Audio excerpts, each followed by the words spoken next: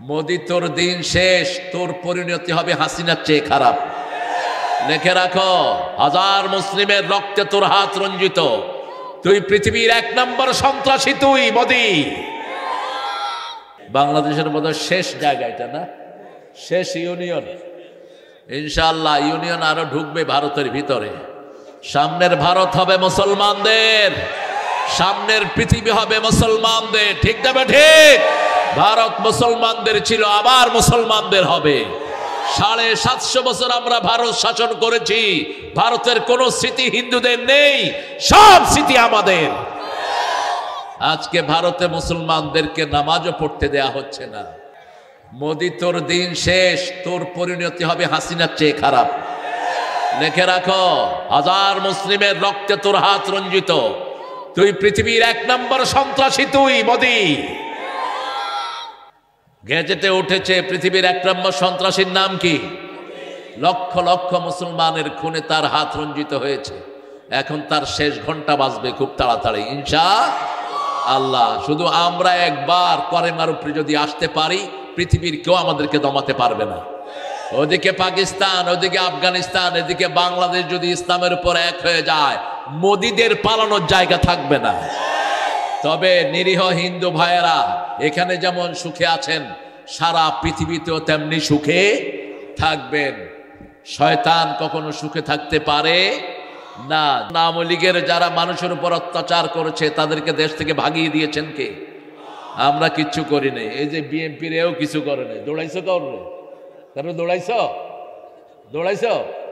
দৌড়াইছে আর কিচ্ছু করে নাই, লাঠি টাঠি মারে নাই। এরা মামলা খাইছে, যারা মামলা দিয়েছে তারাই এখন ভেগে গেছে। ঠিক না ঠিক? আমরা কারো বিরুদ্ধে মামলা দেব না, মামলা একখানে দেই। তিনি কে? আল্লাহ। আমরা সবাই এক, আমরা সবাই কোরআনের জন্য এক হয়ে যাব। ঠিক না ঠিক? একটু আবার হাত তুলে দেখা দাও।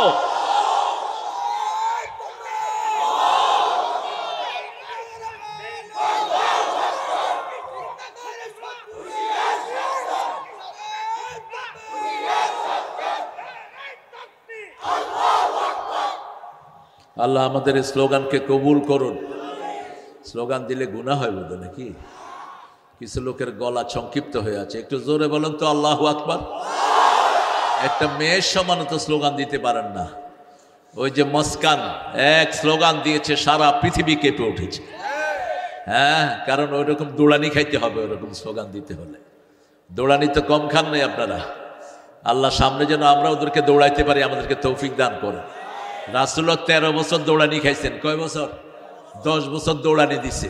কয় বছর? 10 বছর দৌড়ানি দিয়েছেন। 10 বছরে তিনি 80টা যুদ্ধ করেছেন। সুবহানাল্লাহ। কয়টা? 80টা। 23টাতে 27টাতে নিজে সেনাপতি ছিলেন।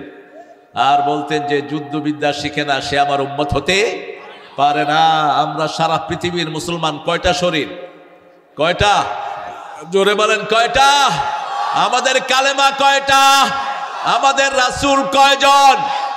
আমাদের কোরআন কয়টা? আমাদের নামাজ কয়টা? আমাদের রোজা কয়টা? আমাদের আল্লাহ কয়জন? কুল হুয়াল্লাহু আল্লাহুস লাম ইয়ালিদ ওয়া লাম ইউলাদ ওয়া লাম ইয়াকুল লাহু কুফুয়ান। যারা যারা পড়েছেন বেহেশতে বাড়ি তৈরি হয়ে গেছে। বেহেশতে বাড়ি বানাতে চান তো?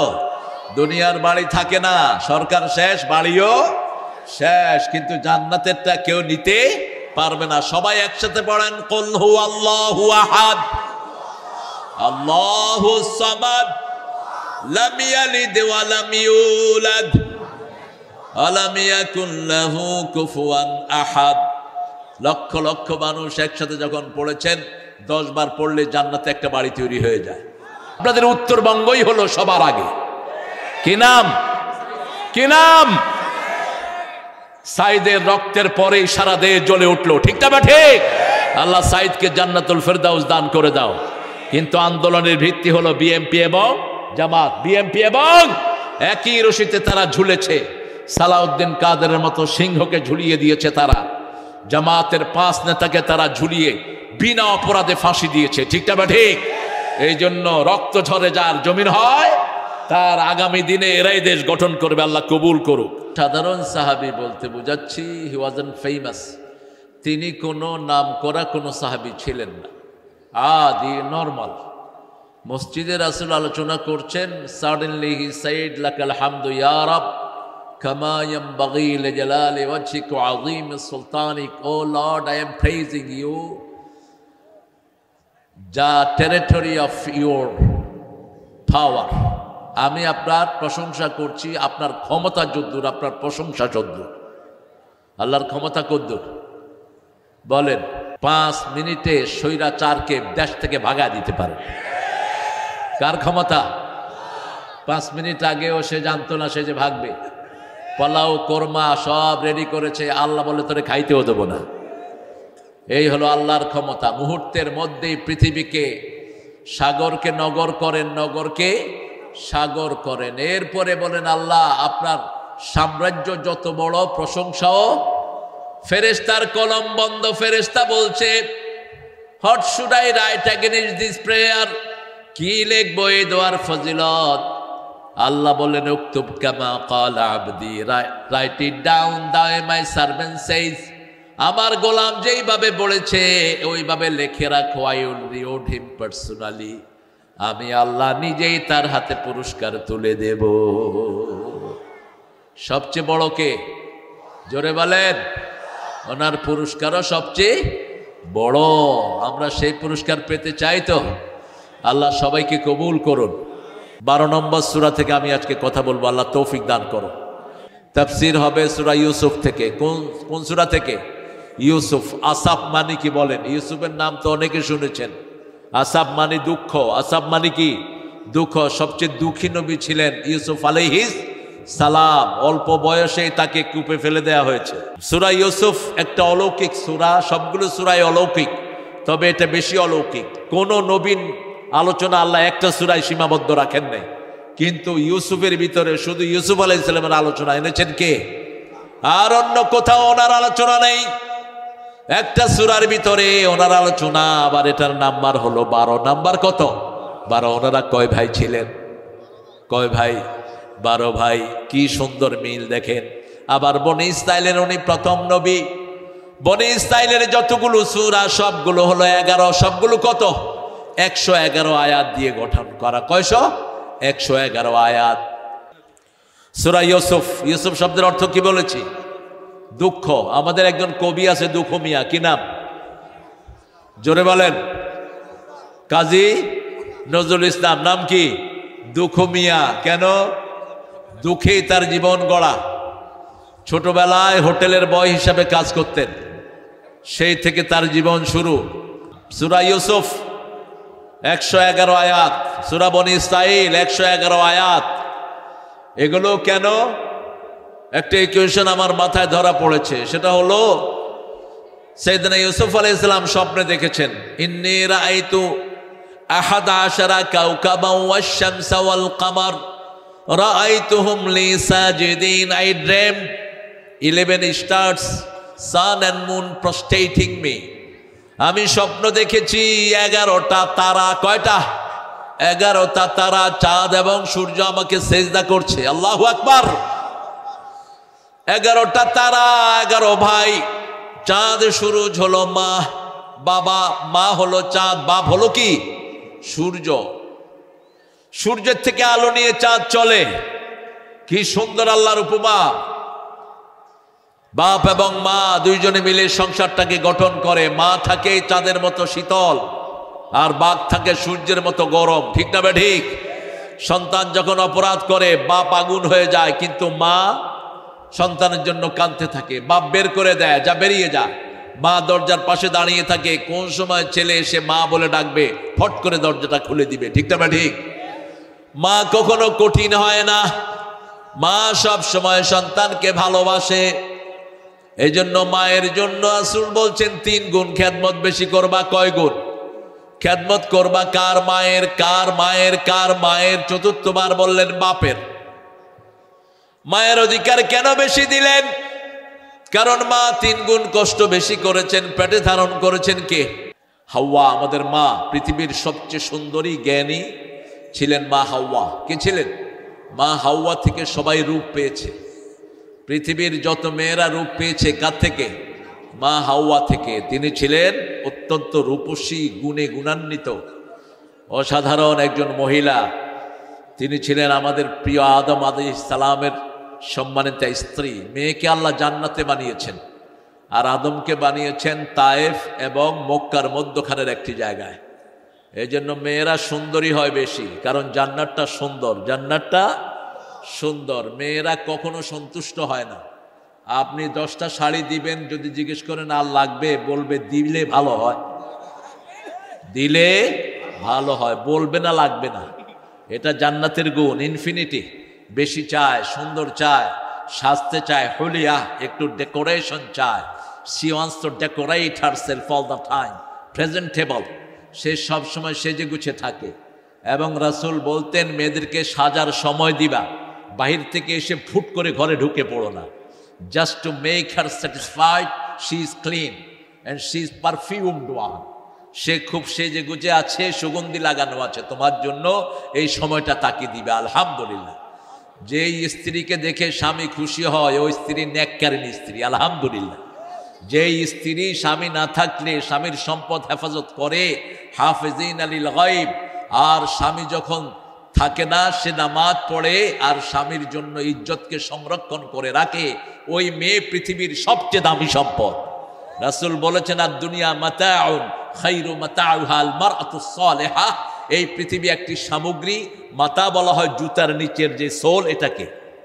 একজন মুফাসসির মাতার তাফসীর লিখতে গিয়ে he couldn't write। তিনি কি লিখবেন তিনি শব্দ পাচ্ছিলেন না। হঠাৎ করে একটা ছোট্ট শিশু বলতেছে, আবুয়া মাতাই, আবুয়া মাতাই, oh daddy, my last part of shoes have been ripped. আমার জুতার শেষ অংশটা ছিঁড়ে গেছে। তখন তিনি তাফসীর নিলেন।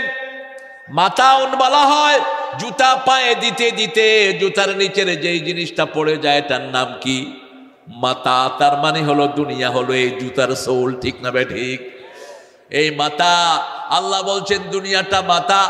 আমা মাতাউল হায়াতুদ দুনিয়া ইল্লা মাতাউল গুরুর। দুনিয়ার এই জীবনটা হলো ধোঁকা। এটা কি? ধোঁকা। এর মধ্যে সবচেয়ে দামি হলো নেককারিনী স্ত্রী। আল্লাহ আমাদের মা বোনদেরকে সেরকম কবুল করেন। কোন সরকার কোন মসজিদের ইমামের বেতন নেয় নেই। ঠিক তবে ঠিক? এই স্বাধীনতার পর থেকে যত সরকার এসেছে, কোন সরকার এই দায়িত্বগুলো নেয়নি, কিন্তু আগামীতে এই দায়িত্ব নিবে ইনশাআল্লাহ। কারণ আমাদের আলেমরা রক্ত দিয়েছে, আমাদের মসজিদের মুসল্লিরা রক্ত দিয়েছে। ঠিক তবে ঠিক? এই জন্য আগামী দিনের প্রতিষ্ঠানগুলো, ইসলামী প্রতিষ্ঠানগুলো যারাই ক্ষমতায় আসুক, তারা যেন রাষ্ট্রের আন্ডারে নিয়ে নেয়। আল্লাহ তৌফিক দান করেন। বিল্লাহি মিনাশ শাইতানির রাজিম। বিসমিল্লাহির রহমানির রহিম। আলিফ লাম রা। তিলকা আয়াতুল কিতাবিল মুবিন। ইন্না আনজালনাহু কুরআনান আরাবিয়্যান লাআল্লাকুম তাআকিলুন। কার কথা? নাহনু নাকুসু আলাইকা আহসানাল কাসাস বিমা আওহাইনা ইলাইকা হাযাল কুরআন। পৃথিবীর সর্বশ্রেষ্ঠ কিচ্ছা হলো এই সূরা Yusuf. Noblest of the noble. যারা নোবেল পড়ে জীবন নষ্ট করেছো, যারা বাজে মিথ্যা কাহিনী, আলিফ লাইলার কাহিনী, তারপরে দস্যু বনহু, বিভিন্ন আজে বাজে সিনেমা দেখে জীবন নষ্ট করেছো। আলিফ লায়লা, আলফ লায়লা, এগুলো সব মিথ্যা গাঁজাখড়ি বানোয়াট কাহিনী। আর এই কোরআনের একটা অক্ষর এদিক সেদিক নাই। সুবহানাল্লাহ। আল্লাহ বলেছেন সর্বশ্রেষ্ঠ ঘটনা আহসানুল কাসাস। আমরা বলবো আহসান কারা?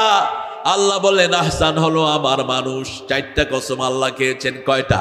ওয়াত্তিন। পড়েন, ওয়াত্তিন ওয়াজ্জাইতুন ওয়াতুরি সিনিন ওয়াহাযাল বালাদিল আমিন লাকাদ খালাকনাল ইনসানা ফি আহসানি তাকওয়িম। আল্লাহ নিজে কসম খেয়েছেন। 3-এর কসম। 3 মানে হলো ডুমুর, 3 মানে হলো ফিক্স, 3 মানে হলো যে ফলটা খাওয়ার পরে আপনার শরীরের সব রোগী সব নার্ভগুলোকে ভালো করে দেন কে? আপনার হাত কাঁপবে না? যাদের বয়সের পরে হাত পা কাঁপে, শিবরিং, এরকম লোক আছে না, ধরতে পারে না কিছু, এদেরকে 3 খাওয়া দিবেন। একটা 3, কয়টা? সারা কোরআনে 3-এর আলোচনা একবার এসেছে। কয়বার?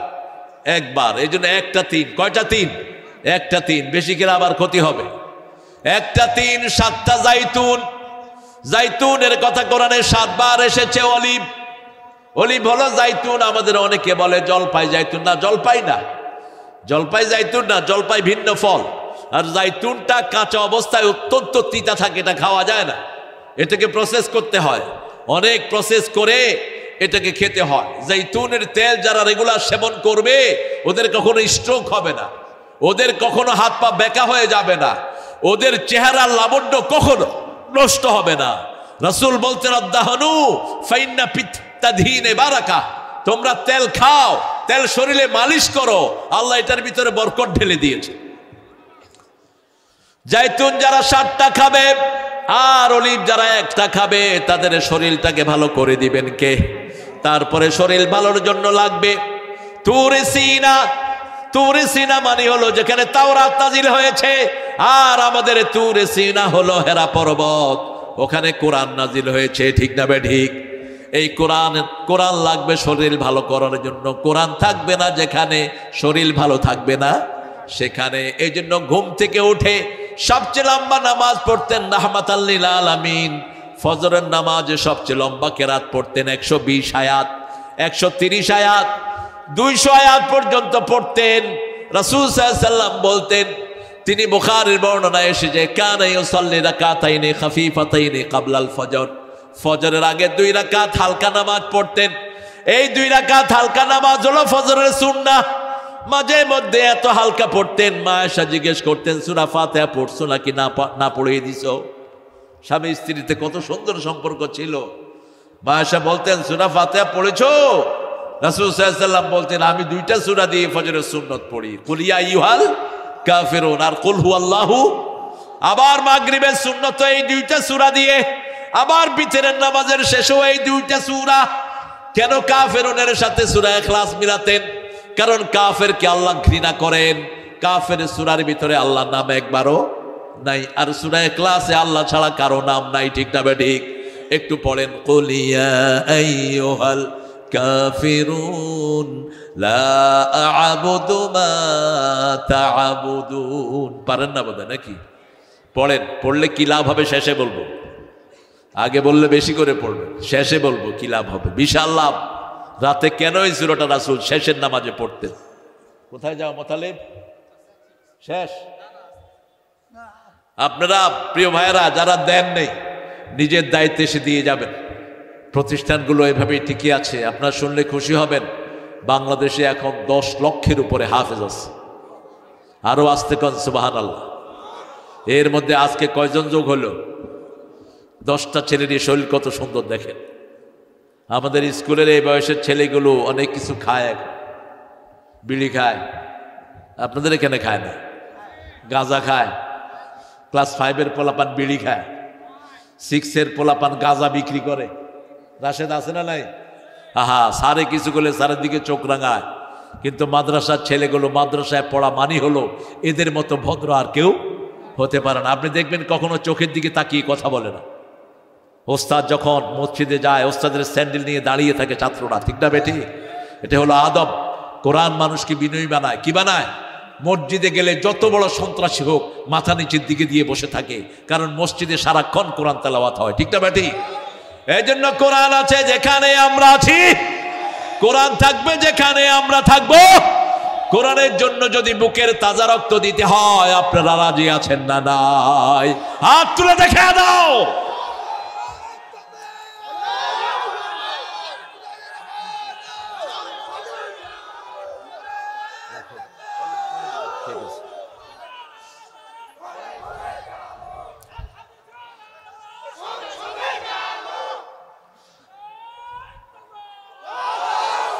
আওয়াজ কমে গেছে, বর্ডারে আছেন, একটা আওয়াজ দেন যাতে দিল্লি পৌঁছে যায়।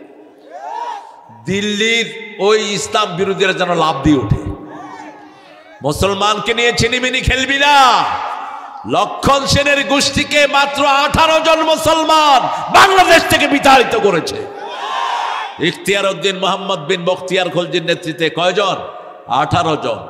সিলেটকে বিজয় করেছে শাহজালাল রহমতুল্লাহি আলাইহি, একাই আজান দিয়েছেন। ভেঙে ভেঙে পড়েছে গৌর গোবিন্দের বিল্ডিং এর চূড়া। বললেন সব বেরিয়ে যাও, আমরা কারো উপর অত্যাচার করব না, কাউকে মারার কোনো আদত মুসলমানদের নাই। ঠিক না ঠিক? বিগত আন্দোলনে দেখেন, এত বড় আন্দোলন হলো, কোন আওয়ামী লীগের নেতার গায়ে না বিএমপি না অন্য কোন দল হাত দিয়েছে। ঠিক না ঠিক? ওরা আমাদের নেতাকে মেরেছে, আমরা ওদের কোন নেতাকে মারি নাই। এটাই হলো ইসলাম। শাহজালাল দাঁড়ালেন সিলেটের গেইটে, এসফি এই ড্যাগের ভিতরে কি হাইয়া এতলা বাররা, তিনি ছিলেন শাহজালাল, ছিলেন ইয়েমেনের মানুষ, আরবিতে কথা বলতেন। এতলা বাররা, ঠিক আছে নিয়ে যাও, ভিতরে ড্যাগের ভিতরে সাপ নিয়ে যাও, নিয়ে যাও।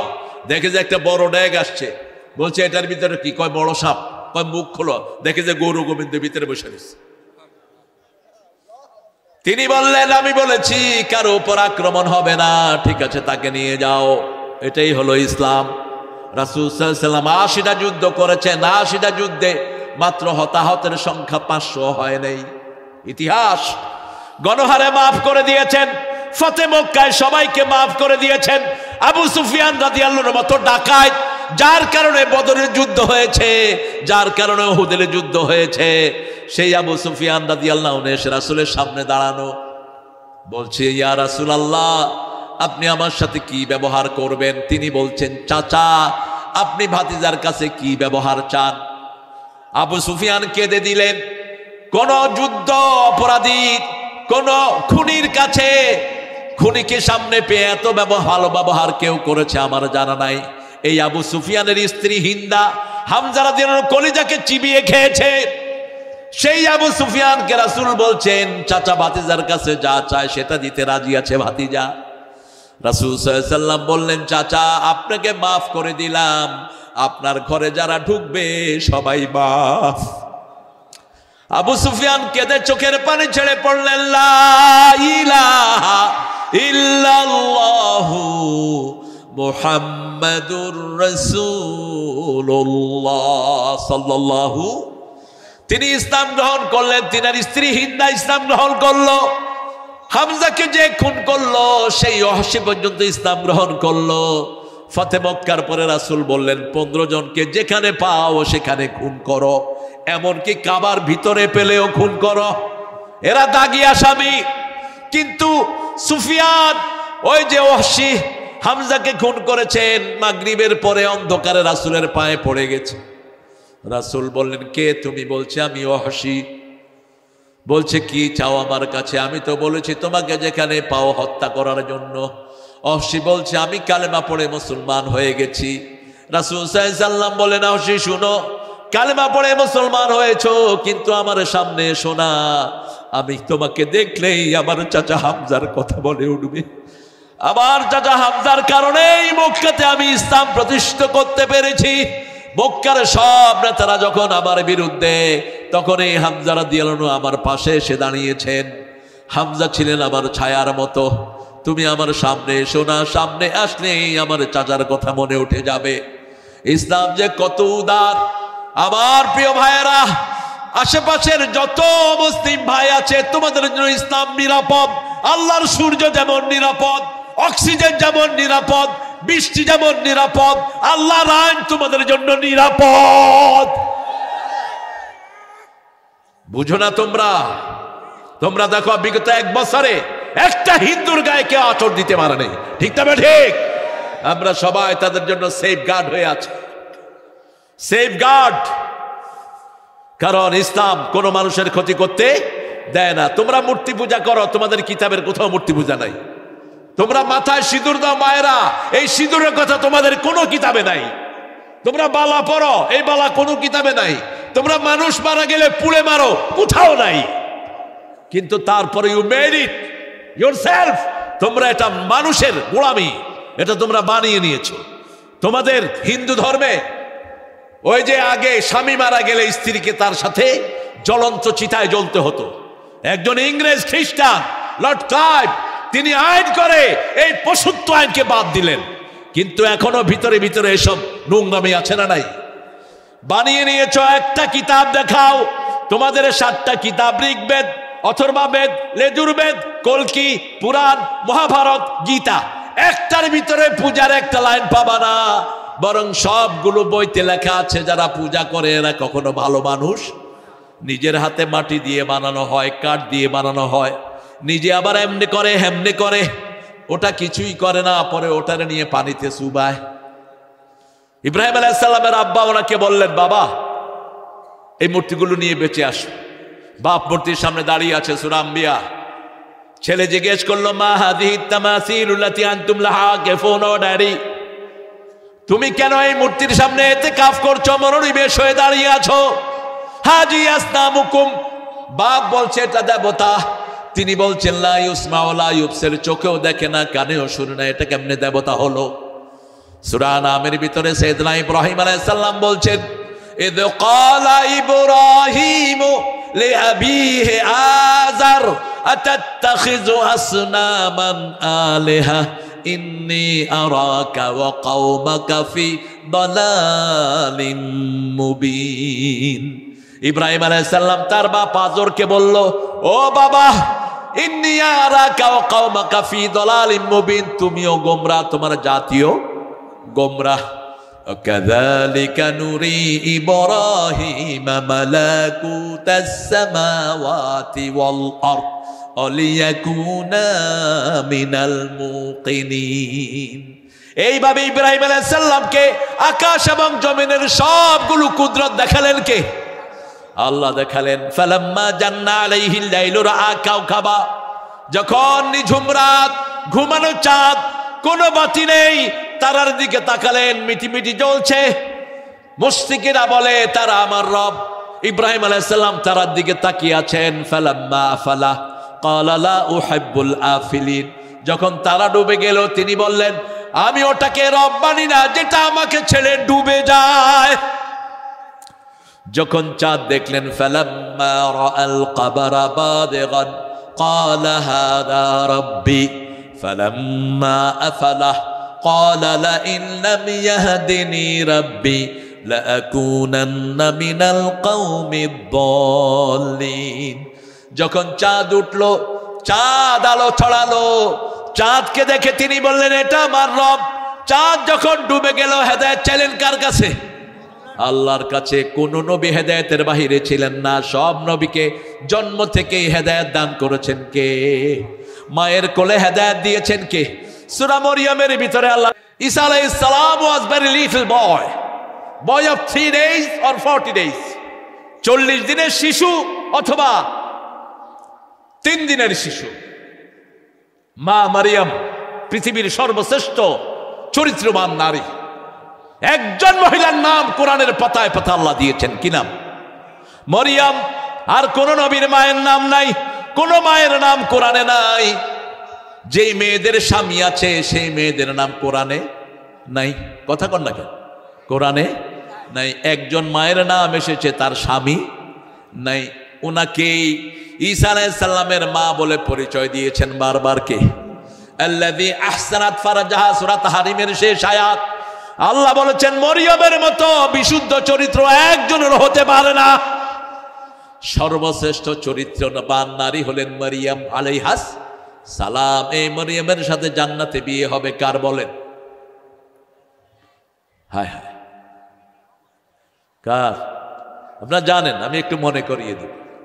পৃথিবীতে সবচেয়ে চরিত্রবান, সবচেয়ে একজন নবী, জীবনেও একটা মিথ্যা কথা এদিক সেদিক বলেন নাই, কি নাম? জোরে বলেন।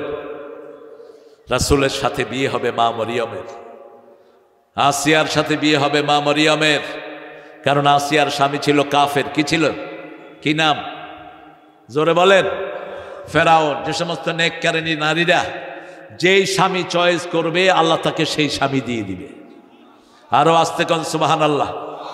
আবার যেই স্বামী স্ত্রী হারায়, সন্তানগুলোর দিকে তাকিয়ে স্বামী আর বিয়ে করে না, রাসূল বলছেন ওই স্বামী জান্নাতি। স্ত্রী মারা গেছে, স্বামী মারা গেছে, সন্তানগুলোর দিকে তাকিয়ে মা মেয়ে বিয়ে বসে নাই, আল্লাহর হাবিব বলেছেন ওই মেয়েও জান্নাতি। যেই পিতামাতার বেশি সন্তান হয় পিতামাতা জান্নাতি।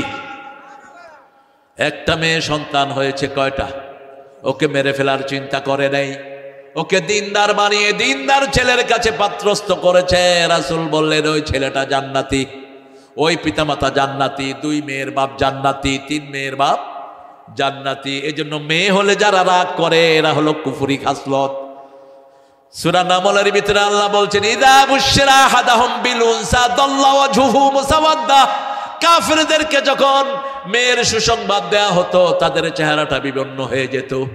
রাসূলের 2 জন মেয়ের কারণে সাইয়েদনা ওসমানের লকব হয়েছে জিন্নুরাইন। মেয়েরা হলো নূরের মালিক। কিসের মালিক? নূরের মালিক। মা মরিয়ম যখন শিশুটাকে কোলে নিয়ে আসছিলেন, তার এলাকার লোকেরা বলল ইয়া উখতা হারুন, হে হারুনের বোন, তোমার আব্বাও ভালো, মাও ভালো, বাপও ভালো, কোত্থেকে এই বেবি নিয়ে আসছো? তিনি বললেন ইন্নী নাযারাতু লিররহমানে সাওমা, আমি নিয়ত করেছি আমি কথা বলবো না। কি বলবো না? কথা বলবো না। সওমের একটি অর্থ হলো বিরত থাকা। আমি রহমানের নামে মানত করেছি আমি কথা বলবো না। আশারা ইলা সিবিয়ানি, বাচ্চার দিকে ইশারা করলেন। লোকেরা বলল কাইফা নুকাল্লিমু মান কানা ফিল মাহদি সাবিয়া, how this boy going to speak out. কিভাবে এই ছেলে মায়ের কোলে কথা বলবে? 3 জন শিশু মায়ের কোলে কথা বলেছিলেন। একজন হলো ইউসুফ আলাইহিস সালামের চরিত্রের সার্টিফিকেট দানকারী শিশু। যখন মিসর আজিজে মিসরের বিবি বলল কি সিদ্ধান্ত নিবা যে তোমার বিবির সাথে খারাপ করতে চায়, বিবি তাকে আটকিয়ে ফেললো এক ঘরের ভিতরে। 7টা দরজা, কয়টা? 7টা দরজা বন্ধ করে দিয়ে উলঙ্গনী কাপড় পরে, নোংরা কাপড় পরে ইউসুফ আলাইহিস সালামের সামনে আসলো। তিনি বললেন আসসিজনু আহাব্বা ইলাইয়া মিম্মা তাদউনি ইলাইহি, আমার জন্য এই নোংরা পরিবেশ থেকে জেলখানায় ভালো। কি ভালো? কথা কন না কেন? তিনি যদি বলতেন আমার ঘরই ভালো, আল্লাহ ঘরেই দিতে। যেহেতু বলেছেন জেলখানায় ভালো, আল্লাহ কোথায় দিছে? কোথায়? জেলখানায় দিয়েছে। যখনই তিনি ইউসুফ আলাইহিস সালামের গায়ের দিকে আসতে লাগলো, তিনি আল্লাহর নামে দৌড় মারলেন। একটা একটা করে দরজা খুলে দিলেন কে? সেই আল্লাহ এখনো আছে না নাই? ইউসুফের মতো যদি চরিত্র হয় সারা পৃথিবী তোমার পায়ে চুম্বন করবে, ঠিক না বেঠি? কি চরিত্র! সুবহানাল্লাহ, কি চরিত্র আল্লাহ তাকে দান করেছে। ইউসুফ আলাইহিস সালাম পৃথিবীর সব সৌন্দর্যের 80 ভাগের মালিক। রাসূল বলছেন 80 ভাগ সৌন্দর্য আল্লাহ তাকে দিয়েছে, আর পৃথিবীর 100 ভাগ সৌন্দর্য পেয়েছেন রাহমাতাল লিল। সকাল বেলায় সুই দিয়ে কাপড় সেলাই করছেন রাহমাতাল লিল আলামিন। ঘরের কোণা থেকে একটা আলো রাহমাতুল লিল আলামিনের কপালে পড়লো। মা আয়েশা কাজ কাম সব বন্ধ করে দিয়ে রাসূলের চেহারার দিকে তাকিয়ে আছেন। বাস মা আয়েশাকে রাসূল সাল্লাল্লাহু আলাইহি সাল্লাম বললেন কি দেখছো তুমি? বলছি ইয়া রাসূলুল্লাহ, আপনার কপালে সূর্যের আলো পড়েছে, ঘামগুলো যেন মুক্তার দানা। মিশরের নারীরা ইউসুফকে দেখে আঙ্গুল কেটেছিল, তারা যদি আপনাকে দেখতো আঙ্গুল কাটতে কাটতে কলিজাও কেটে ফেলে দিত। এত রূপ আল্লাহ আপনাকে দান করেছেন। মিশরের নারীরা আঙ্গুল কেটেছে, আর আপনার তেলাওয়াতের সুরে মক্কার বড় বড় কাফের সারা রাত বাহিরে দাঁড়িয়ে শুনেছে। ওমরের মতো মানুষ তলোয়ার নিয়ে রাসূলকে জবাই করতে এসে তলোয়ার ওনার কদমে দিয়ে বলছে ইয়া রাসূলুল্লাহ, আমি জানতাম না তলোয়ারের চেয়ে ধার হলো আপনার কালেমা। আপনার কালেমায় আমি জবাই হয়ে গেছি, আমাকে পড়ায় দেন লা ইলাহা লা ইলাহা ইল্লাল্লাহু মুহাম্মাদুর রাসূলুল্লাহ সাল্লাল্লাহু।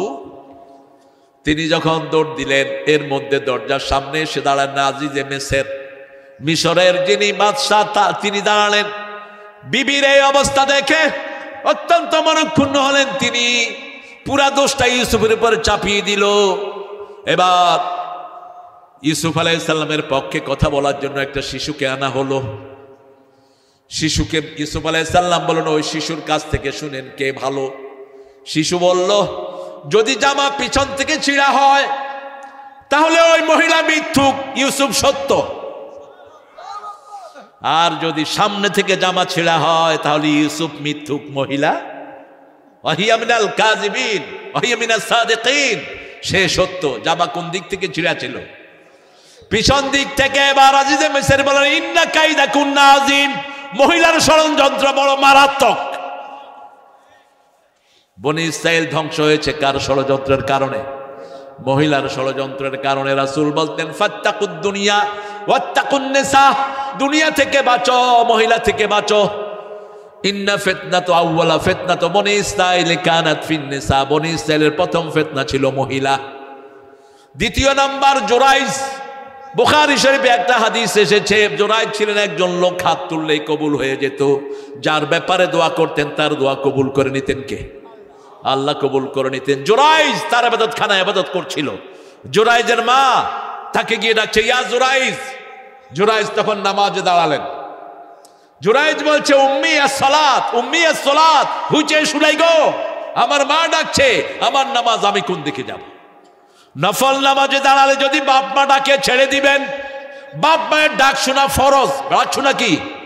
জোরে বলেন ফরজ। সূরা বনী ইসরাঈলের 23 নম্বরে আল্লাহ বলছেন আকাদা রাব্বুকা আল্লা তা'বুদু ইল্লা ইয়্যাহু ওয়া বিল ওয়ালিদাইনি ইহসানা। আল্লাহ বলছেন আমি সিদ্ধান্ত নিয়েছি আমার ইবাদত ছাড়া কারো ইবাদত করা যাবে না, আর পিতামাতার প্রতি ইহসান করতে হবে। মুফাসসিরিনে কেরাম বলছেন ফরজ নামাজে বাপ মা ডাকলে যেতে পারবেন না, কারণ ফরজ নামাজের মালিক কে? আর জোরে বলেন না। কিন্তু যদি সুন্নত নফল হয়, বাপ মায়ের ডাকটা হলো আল্লাহর পরেই ফরজ, ঠিক না? ঠিক, আপনি সেখানে যাবেন। জুরাইজ নামাজ ছাড়লো না, মা বলল আল্লাহ জুরাইজকে কোনো পতি না নারীর মুখ দেখানো ছাড়া তুমি দুনিয়া থেকে নিবা না। কি করলো? বদদোয়া করলো। লেগে গেল দোয়া, মায়ের দোয়া। দুনিয়াতে যে কোনো দুইজন পাবে, দুইজনের দোয়া সবার আগে কবুল হয়, একজন আব্বা আর একজন মা। ফেরাউন দুইজনেরই তেজ্য ছিল, আর দুইজনেরই সবচেয়ে আদরের সন্তান ছিলেন রাহমাতাল লিল আলামিন। সাইয়েদনা ইউসুফ দুইজনেরই আদরের সন্তান, সাইয়েদনা ইব্রাহিম দুইজনেরই আদরের সন্তান। যদিও বাপ ছিল আজর, কিন্তু ইব্রাহিমের জন্য ভালোবাসা ছিল কিনা? যখন ইব্রাহিম আলাইহিস সালাম মায়ের পেটে আসে, সেই সময় নমরুদ স্বপ্ন দেখলো আকাশ থেকে একটা তারা ছিটকে পড়েছে তার প্রাসাদের উপর, প্রাসাদ ভেঙে চৌচির হয়ে গেছে। সে সব লোকদেরকে ডাকলো, hey I dream such a miraculous dream, আমি একটা স্বপ্ন দেখেছি, এটা কি ইঙ্গিত বহন করে? সব লোকেরা বলল সামনে এমন শিশুর জন্ম হবে যেই শিশু তোমার সব লন্ড ভন্ড করে দিবে। সে বলছে আগামী 6 মাস কেউ বিবির কাছে যেতে পারবে না। সে নিজেও প্রাসাদ থেকে বেরিয়ে গেল, বেরিয়ে মরুভূমিতে এক জায়গায় উঠলো, তার সাথে ধর্মমন্ত্রী আজর গেল। কে গেল? আজর কে? জোরে বলেন। আপনাদের কষ্ট হচ্ছে? ইব্রাহিম আলাইহিস সালামের বাবা। কিন্তু মানুষ ধর্মীয় কারণে এখনো আলেমদেরকে বিশ্বাস করে, ঠিক না বেঠিক? কথা বলেন না কেন? আলেমদের প্রতি মানুষের শ্রদ্ধা এখনো আছে না নাই? হিউজ শ্রদ্ধা, এত শ্রদ্ধা, কিন্তু কিছু নোংরা আলেম এটাকে নষ্ট করেছে। কিছু দরবারি আলেম, কিছু স্বার্থান্বেষী আলেম, সুবিধাবাদ আলেম এটাকে নষ্ট করেছে। আজরকে খুব বিশ্বাস করে বলল, আজর আমার প্রাসাদে একটা জিনিস আছে, তুমি নিয়ে আসো, তুমি আমার ধর্মমন্ত্রী। আজর সেখানে গিয়েই বোর কাছে গেল। বাস, ইব্রাহিম আলাইহিস সালাম কোথায় চলে গেলেন? মায়ের পেটে। এখন গণকরা গনে দেখে ওই শিশু মায়ের পেটে। এটা করলো কে? কে করলো? আল্লাহ করছে। কত ভালো আমাদের লোকেরা, মানে যা করে আল্লাহ। শুনতে হবে প্রিয় ভাইরা, ভালো করে শুনতে হবে। এটা মন থেকে বলেনি, এটা এমনি হয়ে যাবে। ওই যে মসজিদে ঢুকে দেখি একজনে পড়তেছে ইন্নালিল্লাহ, কই ভাই কে মারা গেছে? কয় ছেলে ফার্স্ট ডিভিশন পাইছে। কই ছেলে ফার্স্ট ডিভিশন পাইছে, আপনি আলহামদুলিল্লাহ না বলবেন? কয় বলতাম আলহামদুলিল্লাহ, ঠেলার ছোটা ইন্নালিল্লাহ হয়ে গেছে। আল্লাহ মনেরটাই কবুল করেন, ঠিক না বা ঠিক? এই জন্য আল্লাহর ইবাদতের ভিতরে কোনো লস নাই। আপনি ভুল করলেও তিনি ভুল করেন না, আপনি ভুলে গেলেও তিনি ভুলেন না, ঠিক না বা ঠিক? ইব্রাহিম আলাইহিস সালাম পেটে আসলেন, নমরুদ ফিরে আসলো, ইব্রাহিম আলাইহিস সালামের জন্ম হলো। স্ত্রী বলল, স্ত্রীকে বলল তুমি এটাকে নষ্ট করে দিয়ে আসো। স্ত্রী পাহাড়ের গুহা ইব্রাহিমকে প্রসব করলেন। ইব্রাহিম আলাইহিস সালাম একদিনে 4 দিনের বাড়া বাড়তেন, 1 মাসে 3 মাসের বাড়া বাড়তেন। 1 বছরের শিশু দেখা যেত 2.5 বছরের শিশু, 3 বছরের শিশু 3 মাস পরে গিয়ে দেখে 9 মাসের সাইজ। কয় মাস? 9 মাস। দুনিয়ার সব শিশুদের থেকে আলাদা নবী আলাইহিস সালাম। নবী আলাইহিস সালাম ইব্রাহিম আলাইহিস সালামের চেহারা আর বিশ্ব নবীর চেহারা আল্লাহ একই করে দিয়েছেন। রাসূল সাল্লাল্লাহু আলাইহি ওয়াসাল্লাম মেরাজে গিয়ে বললেন, আমি দেখলাম বাইতুল মামুরের সামনে ঠেক লাগিয়ে একজন মুরব্বী বসা, তার সামনে হাজার হাজার শিশু বসা। আমি জিজ্ঞেস করলাম উনি কে? জিবরাইল আলাইহিস সালাম বলেন উনি হলেন আমাদের জাতির পিতা ইব্রাহিম। তিনি বললেন আমার আকৃতি মনে হচ্ছে যেন ওনাকে আমার আকৃতি দিয়ে দেয়া হয়েছে।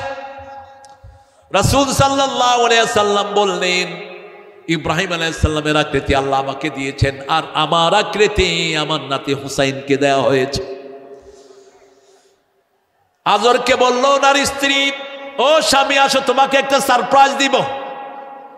নিয়ে গেলেন জঙ্গলে, পাহাড়ের গর্তে ইব্রাহিম আলাইহিস সালামকে দেখালেন। আজর প্রেমে পড়ে গেল, এত সুন্দর শিশু কার? বলছে ওই যে তুমি বলেছো পেটের সন্তান নষ্ট করতে, আমি নষ্ট করে নেই সেই শিশু। আজর বলছে নমরুদের গোষ্ঠী, এটাকে বাঁচিয়ে রাখবি। সুন্দর ছেলেকে সবাই পছন্দ করে, ঠিক না বেঠিক? অলৌকিক ভাবে তাকে বেড়ে উঠালেন কে? চলে আসলেন। যখন আসলো নমরুদ বুঝলো না, নমরুদ 6 মাসের জন্য নিষিদ্ধ করেছে। এখন কোন শিশুকে মারতে হলে 6 মাসের শিশুকে মারবে, ঠিক না বেঠিক? মা মুখ চেপে ধরছে, কয় খবরদার কথা বুঝতে। বা পয়সা কয় এটাই বোধ সেই পোলারে যেটা নমরুদের শেষ করবে। মর্নিং সজদারে সকালবেলায় দিনের খবর বলে দেয়। ইব্রাহিম আলাইহিস সালাম ছোটবেলা থেকেই ছিলেন প্রশ্নবিদ্ধ করতেন, যে কোনো জিনিসকে তিনি খুঁতে খুঁতে বের করতেন। একজন ছিলেন উম্মত। সূরা নামলের ভিতরে আল্লাহ বলছেন, সূরা নাহলের ভিতরে, ইব্রাহিম ও কানা উম্মাহ, তিনি একাই ছিলেন উম্মত, একাই ছিলেন বিনয়ী, একাই ছিলেন সমস্ত কাফেরের বিরুদ্ধে সবচেয়ে বড় হাতিয়ার। তিনাকে যখন বড় হলেন তিনি ওই যে তারা দেখলেন, চাঁদ দেখলেন, তারপরে দেখলেন সূর্য। ফালাম্মা রাআ শামসা বাযিগাতান ক্বালা হাযা রাব্বি হাযা আকবার। যখন দেখলেন বড় হয়ে সূর্য উঠেছে, তিনি বললেন এটা আমার বড় রব। ফালাম্মা ফালাত ক্বালা ইয়া কওম ইন্নী বারিউম মিম্মা তুশরিকুন ইন্নী ওয়াজ্জাহাতু ওয়াজহিয়া লিল্লাযী।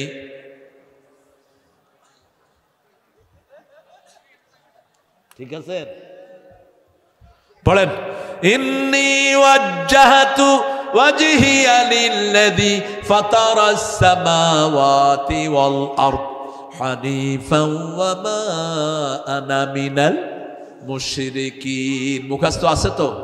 তাকবীরে তাহরিমা বেদেই রাসূল সবার প্রথমে এটা পড়তেন, ইন্নী ওয়াজ্জাহাতু ওয়াজহিয়া লিল্লাযী ফাতারাস সামাওয়াতি ওয়াল আরদ হানিফান ওয়া মা আনা মিনাল।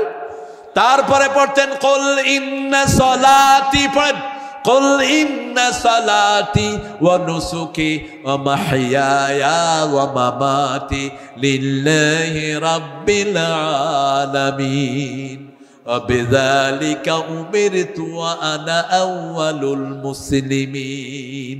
এই দুটি আয়াত দিয়ে নামাজ শুরু করতেন রাহমাতাল লিল আলামিন। ইব্রাহিম আলাইহিস সালাম ছিলেন ইউসুফ আলাইহিস সালামের পরদাদা। কি দাদা? কথা কন না কেন? ইব্রাহিম আলাইহিস সালামের 2 ছেলে, ইসমাইল আর কি ইসহাক। ইসহাকের ছেলের নাম কি? ইয়াকুব। ইয়াকুবের ছেলের নাম কি? কথা কয় না কেন? বনি ইসরাইলের প্রথম নবীর নাম কি? কি নাম? প্রথম নবী ইউসুফ। বনি ইসরাইলের প্রথম নবী কি? ইউসুফ। ইউসুফ আলাইহিস সালামের 12 জন ভাই ছিলেন। কয়জন? উনি সহ 12 জন। উনি ছাড়া কয়জন? 11 জন। ইন্নী রাআইতু আহাদা আশারা কাওকাবা ওয়াশ-শামসা ওয়াল কামারা রাআইতুহুম লি সাজিদিন। আমি দেখেছি 11টি তারা আর চাঁদ ও সূর্য আমার সিজদা করছে। বাপ বললেন লা তাকসুসু ইয়াকা ইলা ইখওয়াতিক ফায়াকিদু লাকা কাইদা ইন্নাশ শায়তানা লিল ইনসানি আদুউম মুবিন। খবরদার, তোমার স্বপ্নকে তোমার ভাইদের কাছে বলো না। রাসূল সাল্লাল্লাহু আলাইহি ওয়াসাল্লাম বলেছেন কেউ যেন তার স্বপ্ন কোনো মূর্খের কাছে না বলে। কেউ যেন তার স্বপ্ন কোনো গায়রে আমলের আলেমের কাছে না বলে। স্বপ্নের তাদবির যা বলবে তাই হয়ে যাবে। খবরদার, স্বপ্ন কখনো কারোর সাথে ডিসক্লোজ করবেন না। ভালো স্বপ্ন না, খারাপ স্বপ্ন না। ভালো স্বপ্ন দেখে আপনার মধ্যে যদি ভালো ফিল হয়, আপনি সাথে সাথে 2 রাকাত নামাজ পড়বেন আর বলবেন একটা ছোট্ট দোয়া পড়েন, আল্লাহ খায়রুল্লানা, পড়েন খায়রুল্লানা শাররুল্লে আদায়না, খায়রুল্লানা বলেন শাররুল্লে আদায়না। স্বপ্নের ভালোটা আমাদের জন্য, খারাপটা ইসলামের দুশমনদের জন্য। রাসূল এটা পড়তেন সাল্লাল্লাহু। আপনি আপনার স্বপ্ন কারোর কাছে বলবেন না। আর যদি খারাপ স্বপ্ন হয়, আপনি ঘুম থেকে উঠে থুতু ফেলবেন বাম দিকে। কোন দিকে? বাম দিকে থুতু ফেলবেন আর পড়বেন আউযু বিল্লাহি মিনাশ শাইতানির বিসমিল্লাহির রহমানির রহিম। আর কাউকে বলবেন না এই স্বপ্ন। পারলে 2 রাকাত নামাজ পড়ে নেবেন, অথবা নাস ফালাক পড়ে নিজের শরীরকে ফু দিয়ে দিবেন। আর এই দোয়াটা পড়বেন, আল্লাহ খারাপটা শত্রুদের জন্য, ভালোটা আমাদের জন্য দিয়ে দেন। রাসূল সাল্লাল্লাহু আলাইহি সাল্লাম স্বপ্ন বলছেন আর রুয়াতুস সালেহা, নেক স্বপ্ন নবুয়তের 43 ভাগের 1 ভাগ। মানুষের কাছে ওহী আসবে না, কিন্তু নেক স্বপ্ন দিয়ে মানুষকে গাইড করবেন কে? আল্লাহ গাইড করবেন। আপনি স্বপ্ন দেখছেন আপনি কাবা ঘরে যাচ্ছেন, এরকম স্বপ্ন আছে না নাই? এটার মানে হলো আপনি ইবাদতগার হবেন। কি হবেন? আপনি ইবাদতগার হবেন। এক বাপ স্বপ্ন দেখতেছে তার ছোট্ট ছেলে 11টা কোরআন শরীফের উপর শুয়ে আছে। তাদবির হলো তার ছেলে কোরআনে হাফেজ হবে। আল্লাহু আকবার। আপনি ভালো স্বপ্নগুলো ভালো নির্ভরযোগ্য আলেমের কাছে বলবেন। আর স্বপ্ন শুনেই যে ফিলটা হয় আপনার, ওটাই তাদবির। যদি ভালো ফিল হয় এটা ভালো স্বপ্ন, আর যদি খারাপ ফিল হয় সাথে সাথে বাম দিকে থুতু ফেলে আউযু বিল্লাহ বিসমিল্লাহ পড়ে শরীরটাকে বেঁধে নেবেন আর আপনার সাইডটা চেঞ্জ করে নেবেন। যেমন আপনি স্বপ্ন দেখছেন আপনাকে সাপ দৌড়াচ্ছে, তার এটার তাদবির হলো আপনার পিছনে শত্রু লেগেছে। আপনি দেখলেন সাপ আপনাকে পেঁচিয়ে ফেলেছে, তার মানে আপনার শত্রু, আপনার আত্মীয় স্বজন আপনাকে পেঁচিয়ে ফেলেছে, যে কোনো রকমের ক্ষতি আপনার করতে পারে। ইব্রাহিম আলাইহিস সালাম স্বপ্ন দেখলেন তিনার ছেলেকে জবাহ করছেন। নবীদের স্বপ্ন ওহী রাসূলের কাছে 3 ভাবে ওহী আসতো। কয় ভাবে? জিবরাইল আমিন ডাইরেক্ট ভাবে নিয়ে আসতেন। আরেকটা হলো সালসালাতুল জারাস, ঘন্টার ধ্বনিতে হতো। কোথায় ওঠেন? এই বসো, বুঝা?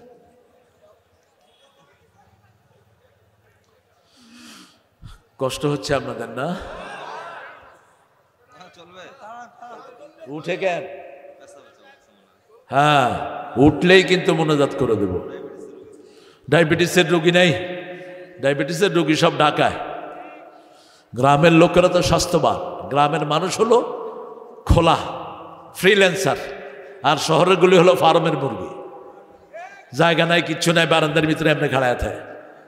আর আপনারা তো মাশাআল্লাহ সকালে উঠেই দিছে দৌড়, পরায় লুঙ্গিও নেই। শেষে গিয়ে দেখে যে হায় হায় জন্মদিনের ড্রেস পরে দৌড়েতেছে। এরকম পোলাপান আছে না নাই? আবার ঘরে ঘুরে আসে, আম্মা লুঙ্গি দাও। লুঙ্গি দিছে এক মাথা ঘাড়ের উপরে, আরেক মাথা রানের সিলায়। কি এর গায়ে এটা? গরমকাল হলে লুঙ্গি খুলা কোথায় লাভ দেয়? কোথায়? পুকুরে, নদীতে। আবার একটু পানি দিয়ে পিছলে করে ফাস ফাস এটা করবেন, শরীরের জন্য ভালো। যত মাটি মাখাবেন তত শরীর ভালো থাকবে, যত মাটির কাজ করবেন শরীর ভালো থাকবে। সকালের আলোতে ঘুরবেন, অন্তত 100টা রোগের জার্ম আপনার শরীর থেকে দূর হয়ে যাবে। সকালের আলো, এটা আজকের ডাক্তাররাও যে দেবী সেটি ভারতের সবচেয়ে বড় হার্টের ডাক্তার, বলতে বলতে ফেনা ভুলে যাচ্ছে। বলছে সূর্য ওঠার আগে ঘুম থেকে উঠবেন, সূর্য ওঠার আগে উঠবেন। রাতে যত তাড়াতাড়ি ঘুমাবেন তত বেশি শরীর ভালো থাকবে। যারা রাত 9টায় ঘুমায় তাদের শরীর 100% নিরাপদ। যারা 10টায় ঘুমায় তাদের 75% নিরাপদ। যারা রাত্রে 12টায় ঘুমায় তাদের শরীর 50% নিরাপদ। একটায় যারা ঘুমায় 100% তাদের শরীর ইন ডেঞ্জার। লিভার যাবে, হার্ট যাবে, কিডনি যাবে। সব নবীরা আসার সাথে সাথে কোথায় যেতেন? ঘুমাতে যেতেন। গ্রামের লোকেরা তাড়াতাড়ি ঘুমায়, এই জন্য গ্রামে ক্যান্সার নাই, ক্যান্সার কম। ঠিক না ঠিক? আর শহরের লোকেরা দেরিতে ঘুমায়, এই জন্য শহরে ক্যান্সার। আজকের মেডিকেল সায়েন্স বলছে যারা এসার সাথে সাথে ঘুমিয়ে পড়ে, ব্রেন একটা রস সাপ্লাই করে তার ব্রেনে। এই রস সাপ্লাইয়ের সাথে যতগুলো ক্যান্সারের জারম আছে সব মারা যায়। কিন্তু যতক্ষণ পরিবেশ অন্ধকার হয় না ততক্ষণ এগুলো বের হয় না। আপনার এই জন্য ডিম লাইটও জ্বালাবেন না যখন ঘুমাবেন। রাসূল বলছেন বিছনায় গেলে 3টা কাজ করবা। কয়টা? প্রথম, বিছনাটা ঝাড়ু দিবা। বিছনাটা ঝাড়ু দিবেন আপনার লুঙ্গির একটা অংশ দিয়ে, কারণ প্রত্যেক মানুষের শরীরের চামড়া প্রতি 3 ঘন্টায় পরিবর্তন হয়। কয় ঘন্টায়? 3 ঘন্টায়। এগুলো খুলে খুলে বিছনায় পড়ে, এগুলো থেকে বিভিন্ন রকমের রোগের সৃষ্টি হয়। আপনি বিছনাটা ঝাড়ু দিবেন। 2 নম্বরে রাসূল সাল্লাল্লাহু আলাইহি ওয়াসাল্লাম বলছেন তোমার ঘরে যদি আলো জ্বালানো থাকে এটা নিবাও। এটা কি করো? নিবাও। তোমার ঘরে কোনো পাত্র থাকলে, পান পাত্র, খাওয়ার পাত্র, এগুলো ঢেকে রাখো। যদি ঢাকার কিছু না পান, সামান্য একটা লাঠি দিয়ে বিসমিল্লাহ বললেও এটাকে হেফাজত করবেন কে? আপনি যখন কোনো খাবার জিনিস ঢাকেন না, এটার ভিতরে শয়তান মুখ দেয়। এই জন্য এক বর্ণায় আলীকে রাসূল সাল্লাল্লাহু আলাইহি ওয়াসাল্লাম বলছেন রাতের বেলায় খাওয়ার খেয়ে কখনো উচ্ছিষ্ট প্লেটগুলো রেখে দিও না। উচ্ছিষ্ট প্লেটগুলো রেখে দিলে ওইগুলোতে এসে শয়তান খায়। লা তাতরুকু লিশাইতান, রাসূল বলছেন বুখারীর বর্ণনায়, খাওয়ার কোনো অংশ তোমরা শয়তানের জন্য ছেড়ে দিবা না। রাসূল সাল্লাল্লাহু আলাইহি ওয়াসাল্লাম বলছেন খাওয়ার পরে তোমরা 3 বার চাটবা। কয়বার?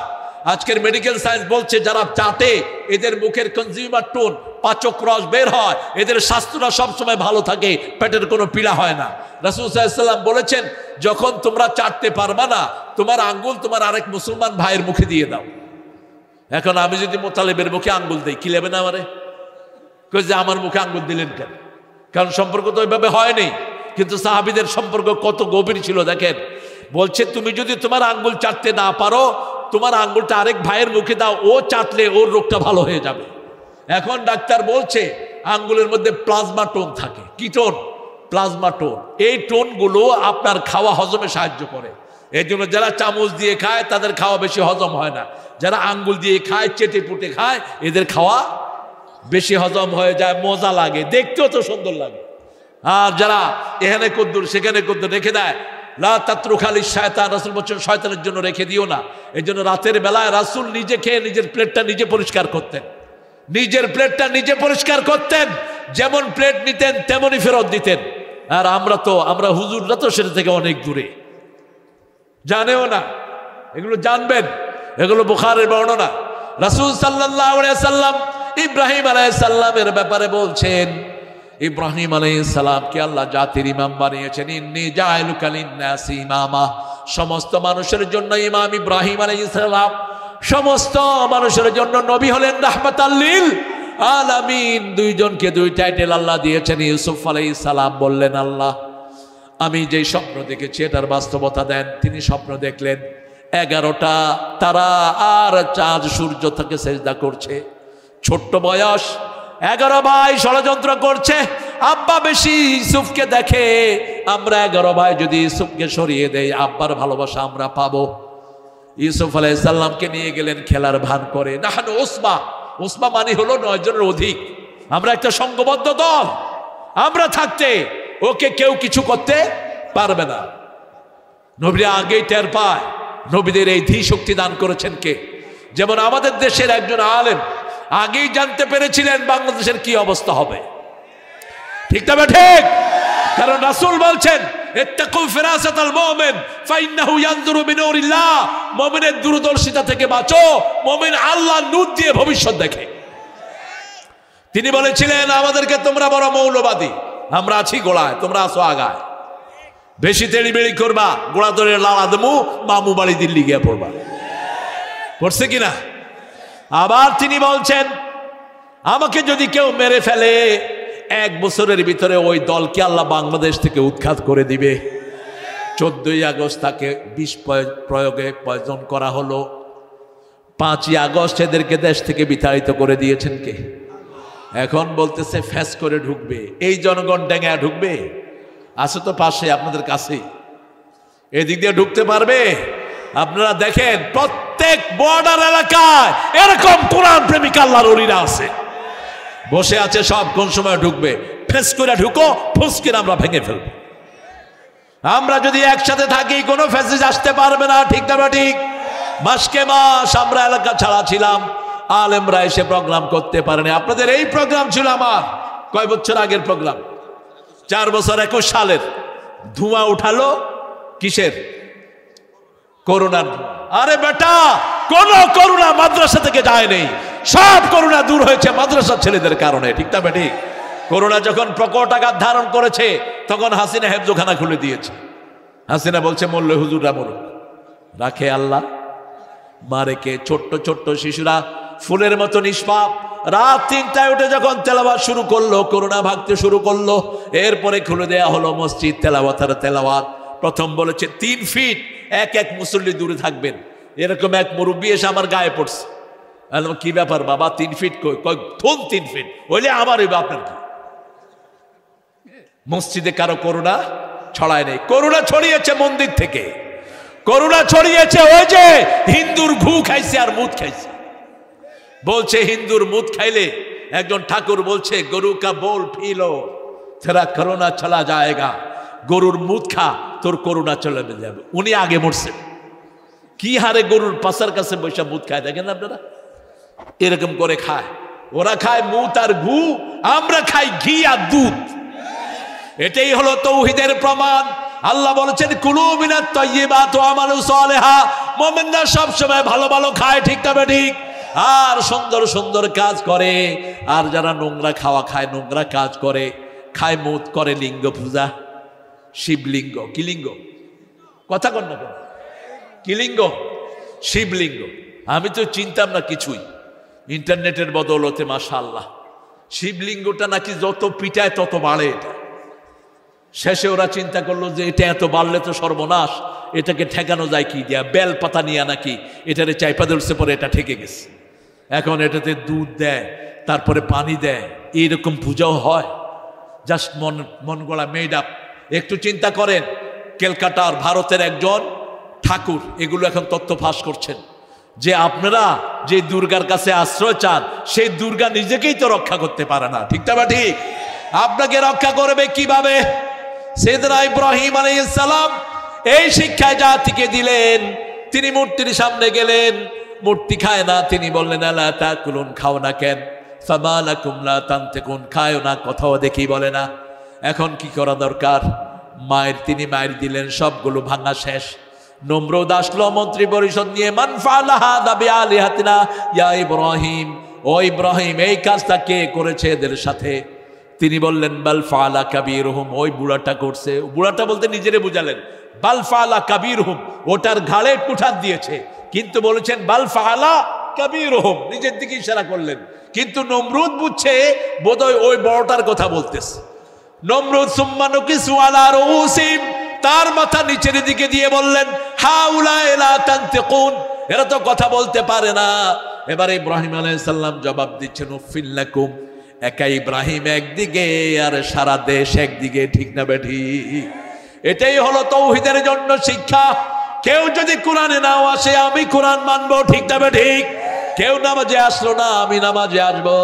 কেউ আল্লাহর দিনের কথা বলে না, আমি দিনের কথা বলবো। কেউ শিরক ছাড়ে না, আমি শিরক মুক্ত হব, ঠিক না বেঠিক?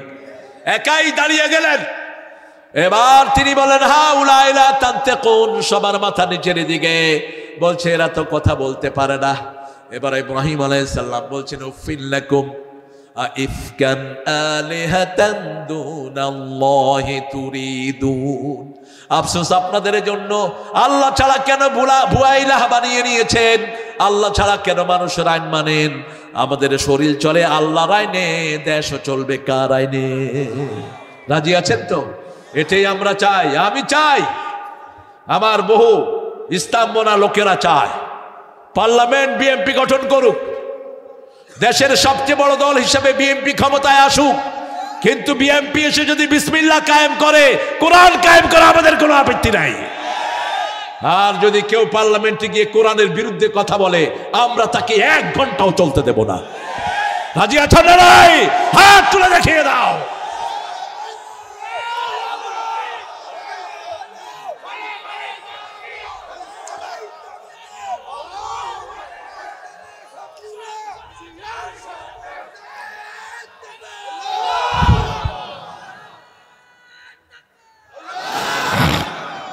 আল্লাহ আমার ভাইদেরকে কবুল করেন, আরো জোরে বলেন আমিন।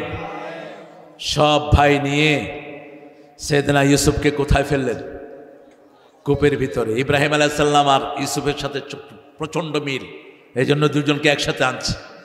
ইব্রাহিম আলাইহিস সালামকে আগুনে দিবেন, যখন কোনো যুক্তি আর খাটলো না তখন বলে হাদরে কুহু, যখন কোনো যুক্তি খাটলো না তখন ইলিয়াসকে গুম। চৌধুরী আলম আর নাই, চিনো তো? আমার কাছের লোক ছিল এরকম। যখন আর কোনো যুক্তি খাচ্ছে না, নিজামীকে ফাঁসিতে ঝুলাইয়া দাও, ঠিক তবে ঠিক। আলী হাসান মুজাহিদের মতো সব নেতাকে ফাঁসিতে ঝুলাও, কাদের মোল্লাকে কুশায় কাদের বানায়া দাও, দেলওয়ার হোসেনকে দেল্লা চোরা বানায়া দাও। কত বড় হারামখোর! কোথায় দেল্লা চোরার, কোথায় দেলওয়ার হোসেন সাঈদী? দেলওয়ার হোসেন সাঈদী যেদিন মারা গেলেন, একজন নেত্রী কয়েক ঘন্টা কেঁদেছে। কি নাম? কি নাম? এগুলো ইতিহাস সাক্ষী নেবেন। অসম্ভব ভালোবাসতেন, ধর্ম মন্ত্রণালয়ের চেয়ারম্যান বানিয়েছেন এই সাঈদীকে। আল্লাহ তার কবরকে আপনার জান্নাতুল ফেরদাউস বানিয়ে দেন। কি সুন্দর হাসি! 13 বছর এরকম টেবিলের চেয়ে একটা বড় জায়গাতে ছিলেন। 13 বছর ডায়াবেটিসের রোগী, হার্টের রোগী, কোনো কমপ্লেন নাই।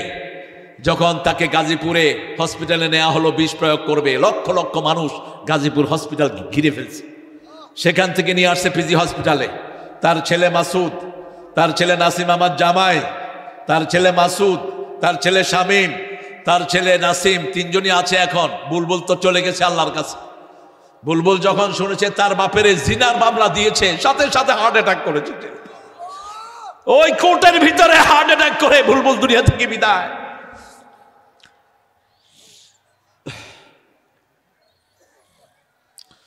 গাড়ি থেকে নামানো হচ্ছে, পুলিশরা জিজ্ঞেস করছে, হুজুর আপনি কেমন আছেন? একটা হাসি দিয়ে বলছে, আলহামদুলিল্লাহ, আমার আল্লাহ আমারে ভালো রেখেছে।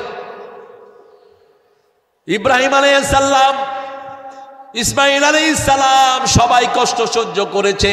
13 বছর 14 বছর জেলখানায় ছিল ইউসুফ আলাইহিস সালাম। আল্লাহ তুমি ইউসুফ আলাইহিস সালামের মতো তোমার এই গোলামকে কবুল করো, তার জীবনের গুনাহগুলো তুমি মাফ করে দাও। দিয়ে গেলে জান্নাতেরি হাসি উপহার, দিনের পথে চলবো মোরা এই তো অঙ্গীকার। অমর সাঈদী তুমি প্রিয় শিল্পী, তোমাকে জানাই সালাম।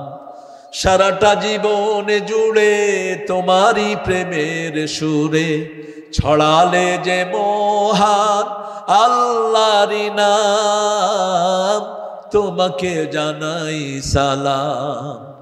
অমর শিল্পী তুমি প্রিয় সাঈদী, তোমাকে জানাই সালাম। আল্লাহ কবুল করুন, আল্লাহ তার জীবনের গুনাহগুলো মাফ করে দেন। তার 3টা ছেলেকে আল্লাহ কবুল করুন। বুলবুলকে আল্লাহ জান্নাতুল ফেরদাউসের মেহমান করে দেন। আপনারা দোয়া করবেন, মরাদের জন্য দোয়া করলে আপনারা যখন মরবেন, জীবিত মানুষটা আপনাদের জন্য কি করবে?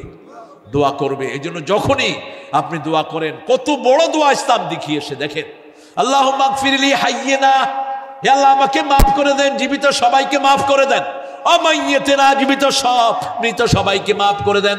অসগীরিনা ও কাবীরিনা ওয়া যাকারিনা উনসানা, সব ছোট সব বড় সব পুরুষ সব মহিলাকে মাফ করে দেন। উপস্থিত অনুপস্থিত সবাইকে মাফ করে দেন।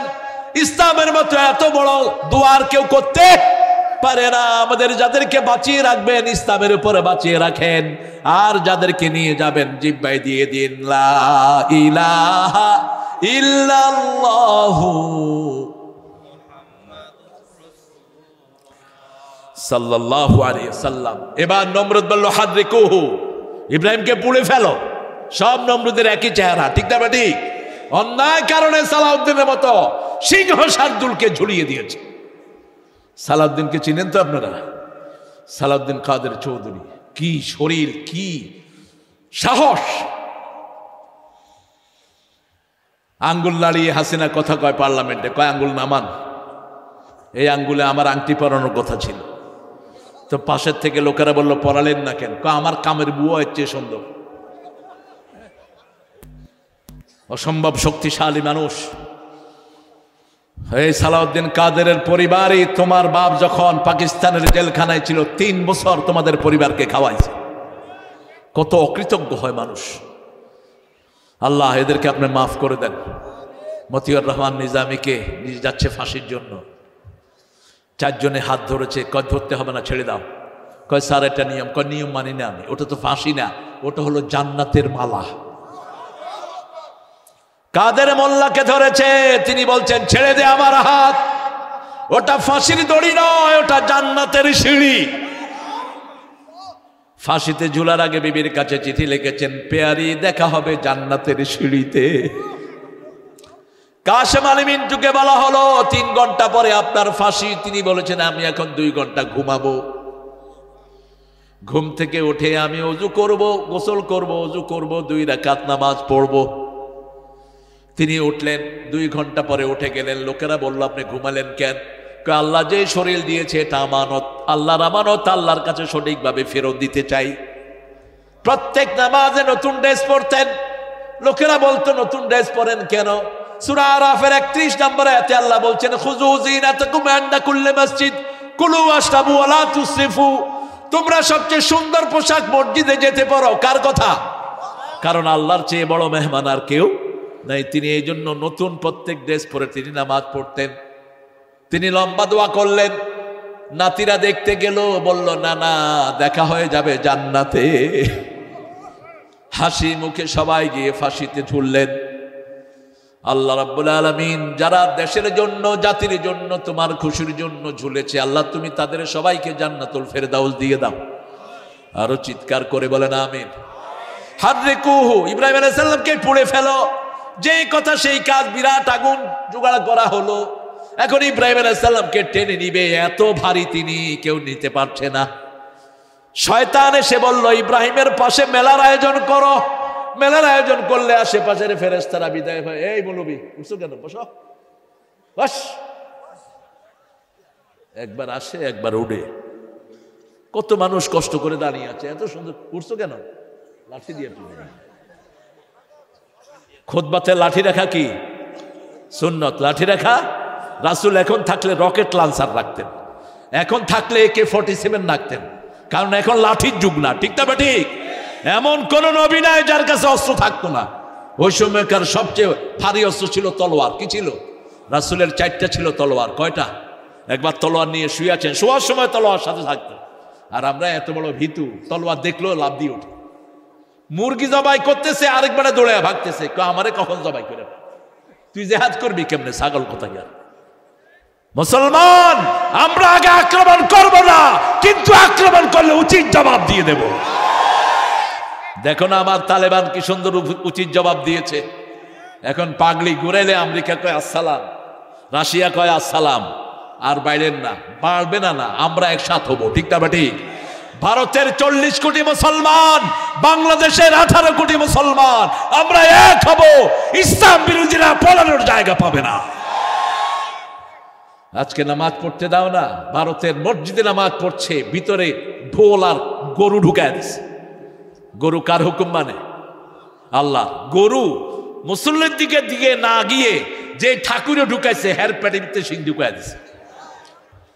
এমন দৌড়ানি দিছে, যারা ঢোল তবলা নিয়ে গেছে তাদেরকে গুতায় এলাকা ছাড়া। ইমাম খুতবা দিচ্ছে, দেখবেন ইন্টারনেটে, আস্তে করে ইমামের সামনে গিয়ে গরু দাঁড়িয়ে আছে। মনে হচ্ছে আল্লাহ কোন সৈনিককে পাঠিয়ে দিয়েছে, শূন্যতার কাজ শেষ করে আরো কাজের জন্য ইমাম সাহেবের অনুমতি চাচ্ছে। সুবহানাল্লাহ বলতে ইচ্ছা করে না? এসব অলৌকিক শক্তি দেখাচ্ছেন কে? আল্লাহ দেখাচ্ছেন। আমাদের ইমান মজবুত করেন, থাকবো না দুনিয়ায়, ইমান নিয়ে যেতে হবে। ঠিক তবে ঠিক? মেলার আয়োজন করা হলো, কোনো মেলায় যাবেন না যেখানে ছেলে মেয়ে একসাথে, সেখানে শয়তান থাকে। ঠিক তবে ঠিক?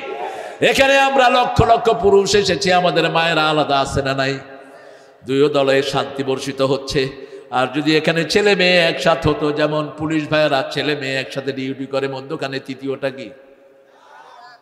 তৃতীয়টা কি? রাসূল বলছেন ছেলে আর মেয়ে একসাথে যদি থাকে, মধ্যখানে কি থাকে? শয়তান থাকে।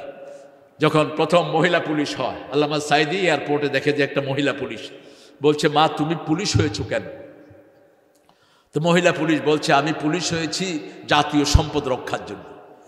তো আল্লামা সাইদি তো খুব মজার কথা বলতেন, বলতে আল্লাহ যে সম্পদ তোমারে দিচ্ছে, এই সম্পদ রক্ষার জন্য তো 10 জন পুলিশ দরকার। তুমি আবার জাতীয় সম্পদ কেমনে রক্ষা করবা? মা তুমি পর্দায় থাকো। আমরা মহিলা পুরুষের বিরুদ্ধে নাই, কিন্তু কোন মহিলা যেন পুরুষের সামনে ডিউটি করতে না আসে। ওই যে মহিলাগুলো ট্রাফিক মোড়ে ডিউটি করে ট্রাফিকের, এই জন্য অটোগুলো একটা আরেকটার উপরে উঠে দেয়। ঠিক তবে ঠিক? কিসের অটো চালাবে? গার্মেন্টস কোম্পানি যখন ছুটি হয় বাসের অ্যাক্সিডেন্ট বেশি না কম? বেশি। ওরা বাস চালাবে না, এগুলি দেখবে। সর্বনাশ, এত হুর পড়েছে এদিকে, আমি এই বাসে থাইকা করুন কি? বাস। মায়েরা পর্দায় যান। একটা মেয়ে যখন বেপর্দা হয়ে বের হয়, যত খারাপ দৃষ্টি এর উপরে যায়, সবার জিনার গুনাহ ওই মেয়ের স্বামীর উপরে যায়, ওই মেয়ের আত্মীয় স্বজনের উপরে যায়। রাখেন আপনার ছেলেকে, আপনি গুছিয়ে রাখেন। আপনার মেয়ে কোথায় যায়, কোথায় ক্লাস করে, এগুলো আপনি খবর রাখেন। রাসূল বলছেন, যেই পিতা তার মেয়ের খবর রাখে না, যেই স্বামী তার স্ত্রীর খবর রাখে না, ওই স্বামী দায়ুস। ওই স্বামী কি? আল্লাহ বলছেন, ঘরের পিছন দিক দিয়ে কখনো ঢুকবা না। আতুল বুয়ুতা মিন আবওয়াবিহা, সূরা বাকারা। কোন বাড়িতে ঢুকলে সামনের দরজা দিয়ে ঢুকো। কারো ঘরে ঢুকতে হলে আগে অনুমতি নাও, তারপরে সালাম দাও, তারপরে সেই ঘরে ঢুকো। লা তাদখুলু বুয়ুতান গায়রা বুয়ুতিকুম হাত্তা তাস্তানিসু ওয়া তুসাল্লিমু আলা আহলিহা। নিজের ঘর হোক অন্যের ঘর হোক, আগে অনুমতি নাও, তারপরে সালাম দাও। কই কই কারো দেখি না, এটা না। আপনি দরজার সামনেও যেতে পারবেন না। রাসূল বলছেন সাল্লাল্লাহু, দরজা যারা উকি দেয় এদের চোখ কানা করে দাও। চোখ কি? কানা করে দাও। ঘরের ভিতরে তাকাবেন না। ঘরের দরজা যদি খোলা থাকে এক পাশে দাঁড়াবেন, পাশে দাঁড়িয়ে বলবেন, কেউ আছেন পুরুষ? যদি বলে হ্যাঁ আমি পুরুষ, আসসালামু আলাইকুম ওয়া রাহমাতুল্লাহি ওয়া বারাকাতুহু। এরপরে আপনার নাম বলবেন। নক করলে 3 বার করবেন। কয়বার? জিনেরা একবারের বেশি নক করে না, মনে রাখবেন, জিনেরাই করে। আর রাসূল বলছেন, মুসলমান যখন কোনো বাড়িতে নক করবে কয়বার? 3 বার। কোন বাড়িতে যখন কেউ আছে কিনা সালাম দিবে কয়বার? 3 বার। এইগুলো 3 বার মনে রাখবেন। বলছে সাহাবী বলছেন, ইয়া রাসূলুল্লাহ, আমার মায়ের ঘরে ঢুকতেও কি আমার অনুমতি লাগবে? রাসূল সাল্লাল্লাহু আলাইহি ওয়াসাল্লাম বললেন, হ্যাঁ অনুমতি লাগবে। সাহাবী রাদিয়াল্লাহু আনহু বলছেন, আমার মা was holding me on her lap, যিনি আমাকে পেটে ধারণ করেছেন, should I take the permission to enter her house? আমি কি ওনার ঘরে ঢুকতেও কি অনুমতি লাগবে? রাসূল বললেন, আতুরিদু আন তারা উম্মাকা উরিয়ানা, do you want to see your mummy nude? তুমি কি তোমার মাকে উলঙ্গ দেখতে চাও? দেখতে না চাইলে মায়ের ঘরে ঢুকতেও কি লাগবে? 5 বছরের ছেলে মেয়েকে একসাথে শোয়াবেন না। একই সাথে একই চাদরের নিচে 2 যুবকের শোয়া নিষেধ, একই চাদরের নিচে 2 যুবতীর শোয়া নিষেধ। রাসূল এগুলো ফরমান দিয়ে গেলেন। নিজের প্রাইভেট পার্টের দিকে তাকাবেন না, চোখ যে কোনো সময় অন্ধ হয়ে যেতে পারে। ডান হাত দিয়ে এটা ধরবে না। এগুলো বুখারীর বর্ণনা। এগুলো অনেক ইকুয়েশন আছে। কোন অপরিপক্ক শিশু, দাড়ি মোছ ওঠে না, এসব শিশু দিয়ে খেদমত নিবেন না, নিষেধ। পারলে খেদমত করবেন। হাসান হোসাইনের খেদমত করতেন রাহমাতাল লিল আলামিন। আমরা বাংলাদেশে আমাদের মেয়েদেরকে খাটাই। আমাদের মেয়েদের মতো ধৈর্যশীল সারা পৃথিবীতে কোনো দেশের মেয়ে নাই। আমি মিডল ইস্টের মেয়েদেরকে দেখছি, একদিন তারা রাঁধে, একদিন স্বামী রাঁধে। আর 12 মাস আমাদের দেশে রাঁধে কারা? আরে কথা কন না কেন? শিশু পালে কারা? মেয়েরা। মেয়েরা যখন পালে টেলে সুন্দর করে ধুয়ে মুছে দেয়, তখন বাপে আদর করে। যখন মুতে দেয় কয়, এই তোমার ছেলে মুইতে দিছে, ধরো না। তো মুতলে বুঝি ওর ছেলে হয়, আর না মুতলে তোমার ছেলে। হাসান হোসাইনকে ঘাড়ে করে পালন করেছেন রাহমাতাল লিল আলামিন। আপনিও সেটা করবেন। ইব্রাহিম আলাইহিস সালামকে আবার নেওয়া হলো। এক এক নবীর সাথে হাজার হাজার ফেরেশতা দিয়ে দেন কে? এখনো নিতে পারছে না। এবার শয়তান বলল, এবার ইব্রাহিমের কাপড় খোলো, কখনো উলঙ্গ হবেন না। যখন উলঙ্গ হন, আপনার কাছ থেকে রহমতের ফেরেশতা বিদায় নিয়ে যায়। যখন আপনি বাথরুমে ঢুকেন, আল্লাহর নামের দোয়া না পড়ে আপনার সমস্ত শরীরটা শয়তান দেখে। আর যখন বাথরুমে ঢোকার আগে আপনি পড়েন, ইন্নী আউযু বিকা মিনাল খুবসি ওয়াল খাবায়েস। 24 ঘন্টা বাথরুমের ভিতরে জিন থাকে, খারাপ জিন। কি জিন? খারাপ জিন। আপনার বাড়ি যতই অ্যাটাচড হোক, যতই টাইলসের হোক, জিন থাকবেই সেখানে। পায়খানা আছে যেখানে, জিন আছে সেখানে। আপনি ঢুকতেই বলবেন, আল্লাহুম্মা ইন্নী আউযু বিকা মিনাল খুবসি ওয়াল। রাসূল বলছেন, জিনদেরকে অন্ধ করে ফেলে। রাস্তার পাশে কেউ পেশাব করবেন না। পেশাব করলে তালা দিবেন, হেস হেস হেস 3 বার। কয়বার? 3 বার। কোনো গর্তে পেশাব করতে লাগলে 3 বার তালা দিবেন। গর্তগুলোতে জিন থাকে। একজন সাহাবীকে জিন মেরে ফেলেছে গলা টিপ দিয়ে। তিনি একটা গর্তে পেশাব করছিলেন, দোয়া পড়েন নেই, মিশকাতে এসছে হাদিসটি। ওই সাহাবীকে গলা টিপে জিন মেরে ফেলছে। খবরদার কোন বাথরুমে ঢুকতে যখন এই দোয়াটা পড়বেন, জিনের চোখ অন্ধ করে দেন কে? আপনি যতক্ষণ বাথরুমে থাকবেন দোয়া আপনার জন্য সওয়াব লেখা হবে। ইব্রাহিম আলাইহিস সালামকে যখন উলঙ্গ করা হচ্ছে তিনি কাঁদা শুরু করলেন, নিজের হাত দিয়ে লজ্জা ঢাকলেন, আর আল্লাহ বললেন ইব্রাহিম কেঁদো না, এখনই তোমার জন্য আমি জান্নাতের পোশাক পাঠিয়ে দিচ্ছি। জান্নাতের পোশাক এসে গেল ওনার গায়ে, আর বললেন ইব্রাহিম এই পোশাক কিয়ামতের ময়দানে তোমার গায়ে সবার আগে আমি পরাইয়া দেব। আগুনের দিকে রওনা হলেন। শয়তান এসে বলছে ইব্রাহিম আমার কাছে সাহায্য চাও। জিবরাইল আমিন এসে বলছেন ইব্রাহিম আমার কাছে সাহায্য চান। ইব্রাহিম আলাইহিস সালাম বললেন আল্লাহর খলিল, রাসূল আল্লাহর খলিল ছিলেন। ওফাত মোবারকের কিছুদিন আগে রাসূলকে আল্লাহ খলিল বলে ঘোষণা করেছেন। এবার সাইয়েদনা ইব্রাহিম আলাইহিস সালাম বললেন জিবরাইল আমিন আল্লাহ আপনাকে পাঠিয়েছেন নাকি ফরমান দিয়ে বলছেন না। এবার ইব্রাহিম বললেন শোনো জিবরাইল, আমার আল্লাহর সাহায্য ছাড়া কারো সাহায্যের কোনো দরকার নাই। আগুনের দিকে যাচ্ছেন, আল্লাহ আগুনকে নোটিশ করলেন। কল্লা ইয়া নারু কুনি বারদাও ওয়া সালামান আলা ইব্রাহিম। আল্লামা ইকবাল এটা অনুবাদ করছেন आज भी हो इब्राहिम का ईमान पैदा आग कर सकती है अंदाजे गुलिस्ता पैदा। कवि फर्रुख बांगला করছেন আজ যদি হয় ইব্রাহিমের ঈমান বিদ্যমান, আগুন হয়ে যাবে সুন্দর এক ফুলের বাগান। তিনি আগুনে হাঁটছেন, আগুনের ফুলকাগুলো এভাবে ধরছেন। নমরুদের মেয়ে দূর থেকে প্রাসাদ থেকে দেখছে, কাসেল থেকে দেখে নমরুদের মেয়ে যখন দেখলো শান্ত সুবোধ অশান্ত অসম্ভব প্রসন্ন সুন্দর এক চেহারার মানুষ আগুনের ফুলকিগুলোকে হাত দিয়ে হাতাচ্ছে। মেয়ে ওখান থেকে পড়ছে লা ইলাহা ইল্লাল্লাহু ইব্রাহিম খলিলুল্লাহ। আগুন থেকে নামলেন, ওই পোশাকটা তিনি খুলে ইসহাক আলাইহিস সালামকে দিলেন। ইসহাক আলাইহিস সালাম পোশাকটা দিলেন ইউসুফ আলাইহিস সালামকে। ইউসুফ আলাইহিস সালামের গলার কবজের ভিতরে ওই পোশাক যখন ভাইয়েরা তাকে ফেলে দেয় কূপে, জিবরাইল আমিন তাড়াতাড়ি এসে তাকে ওই পোশাক পরায়া দেয়। কূপের ভিতরে পড়লে একটা লোকের কিছু থাকে, বাড়ি খায়, বিভিন্ন রকমের নিচে প্রয়োজন জিনিস থাকে, ঠিক না ঠিক? তিনার শরীরের কিচ্ছু হলো না, কি সুন্দর। যখন ওদিক দিকে মুসাফিররা যাচ্ছে, মুসাফিরদের পানির পিপাসা হলো, তারা বালতি ফেলালো কূপের ভিতরে, কূপের বালতিতে উঠে বসলেন। ইয়া বুশরা হাদা গোলাম। লোকে বলল সর্বনাশ, যে পানির জন্য কূপে ফেলেছি এটা তো পানি নয়, এত সুন্দর গোলাম আমরা জীবনেও দেখিনি। নিয়ে গেলেন মিশরের বাজারে, কিনে নিয়ে গেলেন মিশরের আজিজে মিসর। 13 থেকে 14 বছর জেলখানায় থাকলেন ইউসুফ আলাইহিস সালাম। স্বপ্ন দেখা হলো, মিশরের প্রেসিডেন্ট স্বপ্ন দেখছেন 60টা তাজা গাভী চিকন 60টাকে খেয়ে ফেলেছে, আবার 60টা চিকন গাভী 60টা মোটা তাজা গাভীকে খেয়ে ফেলেছে। এখন এটার স্বপ্নের তাদবীর। যখন স্বপ্নবাজদেরকে বলা হলো, কয় এটার কোনো তাফসীর নাই, এটা বাজে স্বপ্ন।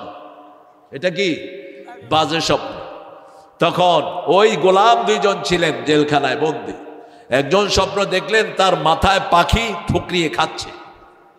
ইউসুফ আলাইহিস সালামকে বললেন যে এটার তাদবীর কি? তিনি বললেন তুমি এখান থেকে মুক্ত হবা, তোমাকে ফাঁসি দিয়ে মেরে ফেলা হবে। আরেকজন দেখলেন তিনি ফলের রস টিপছেন, তিনার তাদবীর দিলেন তোমার ফলের রস মানে তুমি বাদশাকে গিয়ে ফলের রস খাওয়াবা। ওই ছেলের ঠিকই বাদশার ওখানে চাকরি হলো। যখন স্বপ্ন বলছিলেন, মিশরের প্রেসিডেন্টের স্বপ্নের জবাব কেউ দিতে পারছিল না। তখন ওই ছেলে বলল জেলখানায় একজন লোক আছে যিনি খুবই আমানতদার, তিনি মহসেন। তিনি কি মহসেন? আমি তাকে নিয়ে আসব। ইউসুফ আলাইহিস সালাম ওই 2 যুবক বেরিয়ে যাওয়ার সময় বলছে তোমরা আমাকে স্মরণ রেখে, কিন্তু তাদের মনে থাকলো না। যখনই প্রেসিডেন্ট স্বপ্নের তাদবীরের জন্য লোক খোঁজাখুঁজি করছিলেন, বলা হলো ইউসুফ আলাইহিস সালামের কথা, তিনাকে নিয়ে আসা হলো। তিনি বললেন আমি এইভাবে বের হব না, মেয়েরা এসে সাক্ষী দিবে আমি নিষ্কলুষ, আমার চরিত্রে কোনো দাগ নাই, তারপরে আমি বের হব। এবার জোলাইখা আয়োজন করলো, আসলে আমি কেন ইব্রাহিমের ইউসুফের প্রেমে পড়েছি। আয়োজন করলো, ইউসুফ আলাইহিস সালামকে হাঁটায়া দিল, ব্যাস তারা কি কাটলো, ফল কাটতে কাটতে নিজের কোজে কেটে ফেলে দিল। ইব্রাহিম ইউসুফ আলাইহিস সালাম চরিত্রবান হিসাবে আবার স্বীকৃতি পেলেন। জুলাইখার দোষ তিনি স্বীকার করলেন। নবীরা সব সময় মাসুম থাকে, কি থাকে, মাসুম থাকে। তিনাকে নিয়ে আসা হলো, তিনি সপ্তের তাদবির করলেন 7 বছর প্রচন্ড ফসল হবে, এই ফসল আপনারা ধরে রাখবেন। বাকি 7 বছর প্রচন্ড দুর্ভিক্ষ হবে, ওই 7 বছর দুর্ভিক্ষের ভিতরে এই ফলগুলো দিয়ে আপনারা নিজেদের এলাকা গঠন করবেন, এটাই স্বপ্নের তাদবির। ওই মিশরের বাদশা মনে করলেন এরকম একজন দক্ষ লোককেই আমার মন্ত্রিসভায় আনা দরকার। তিনি বললেন জাআলনি আলা খাজাইনিল আরদ, আমাকে অর্থমন্ত্রীর দায়িত্ব দিয়ে দেন, সারা জমিনের দায়িত্ব, শুধু মিশরের না, সারা পৃথিবীর দায়িত্ব দিয়ে দেন। সুবহানাল্লাহ। তিনি দায়িত্ব পেয়ে গেলেন। ধানের সুম্বুলা, ধানের শীষ সহ ধান যদি আপনি প্রিজার্ভ করতে চান, ওই যে ধান যেটার মধ্যে লেগে থাকে ওটাকে কি বলে? হ্যাঁ, ওই যে যেটাতে ধান লেগে থাকে ওটার নাম কি? শীষ। তোমাদের প্রতীক কি? ধানের শীষ, গমের শীষ, এগুলো দেখেন কত ইনট্যাক্ট। আপনি যদি এগুলোকে 7-8 বছর রাখতে চান, ওই ধানের শীষ সহ ওটা যদি ব্যাগের ভিতরে ঢুকায় দেন, এটাতে কোনো পোকা ধরবে না, এটা থেকে যাবে। ইব্রাহিম ইউসুফ আলাইহিস সালামকে এই জ্ঞান দান করলেন কে? তিনি প্রথম 7 বছর যে ফসল হলো, হিউজ ফসল হলো, এগুলো তিনি জমা করতে লাগলেন। জমা করতে করতে বিশাল বিশাল গুদাম তিনি সারা পৃথিবীর মানুষের জন্য মিশরে গড়লেন। এরপরে কেনান থেকে ওনার 11 ভাই আসলো। কয় ভাই? প্রথম আসলো 10 ভাই।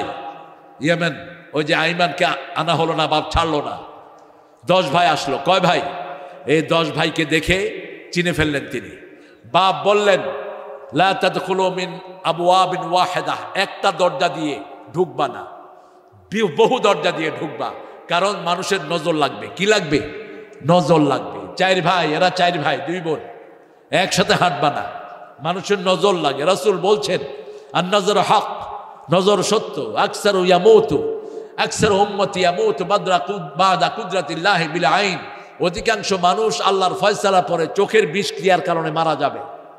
আপনার বাচ্চাদেরকে দেখে বলে হায় হায় এই লোকের এত সন্তান, বাস লেগে গেল চোখ।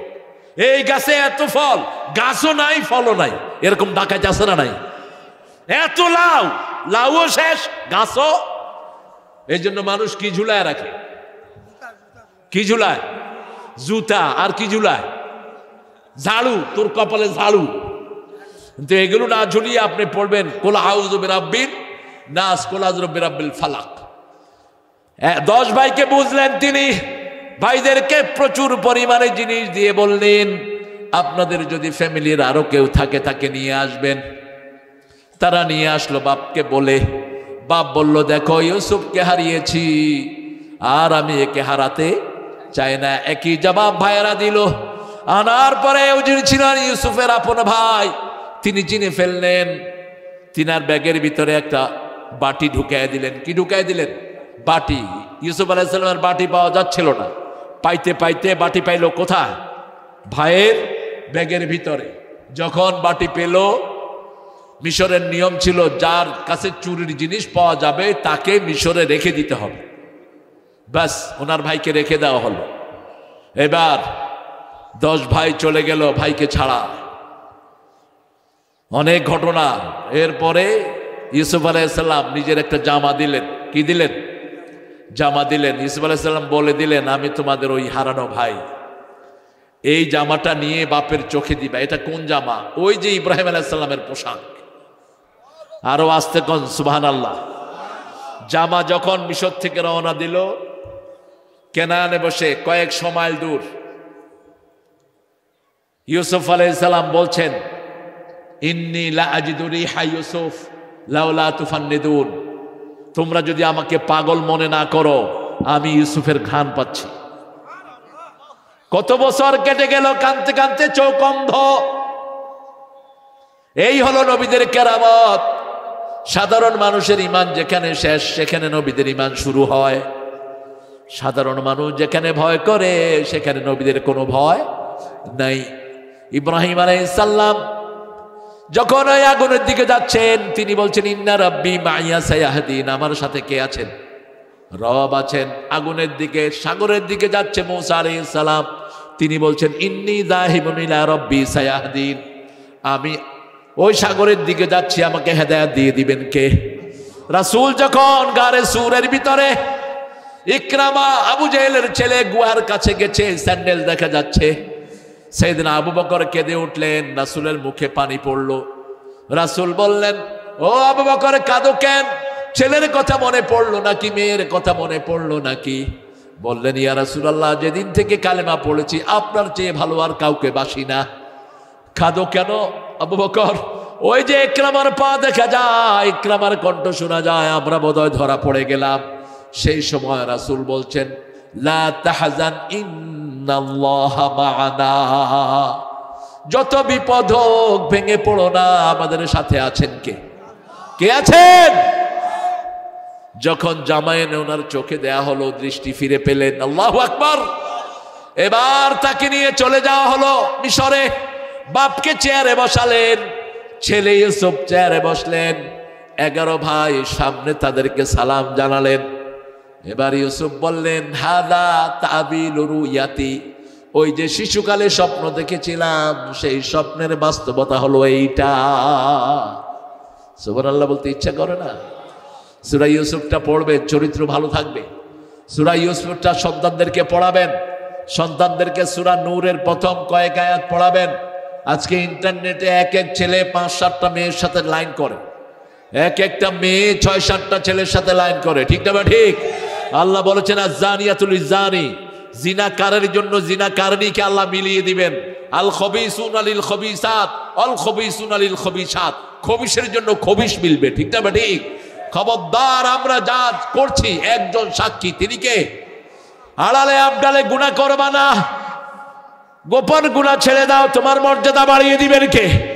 গোপনে আল্লাহকে ডাকো, তোমার মর্যাদা বাড়িয়ে দিবেন কে?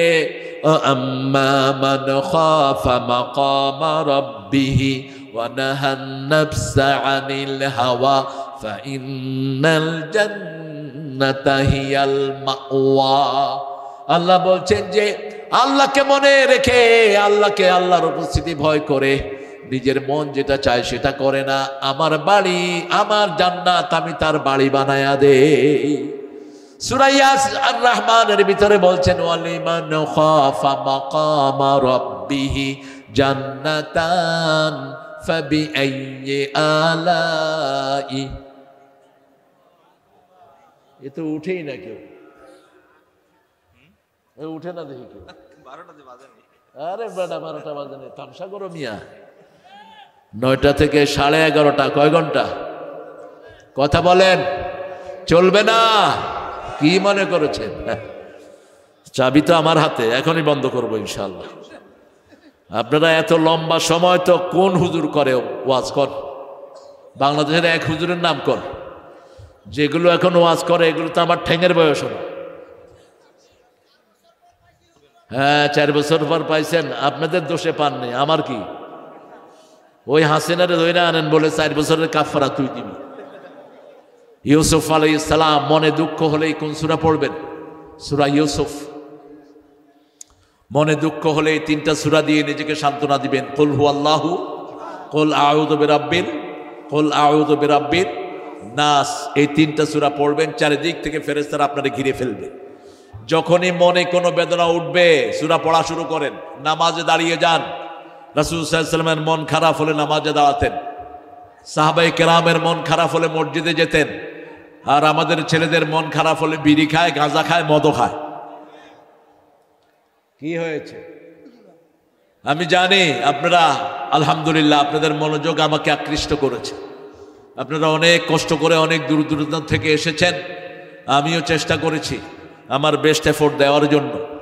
আমরা যখনই মনক্ষুণ্ণ হব আমাদের একমাত্র বন্ধু হবে কোরআন। রাসূল সাল্লাল্লাহু আলাইহি ওয়াসাল্লাম বলতেন ওয়াজআলিল কোরআন রাবিআ কলবি ওয়া নূরা সদরি ওয়া জালাআ হুজনি, হে আল্লাহ কোরআনকে আমার সিনার বসন্ত বানিয়ে দেন, আমার সিনার নূর বানিয়ে দেন, আমার দুঃখ ভোলার বাহন করে দেন।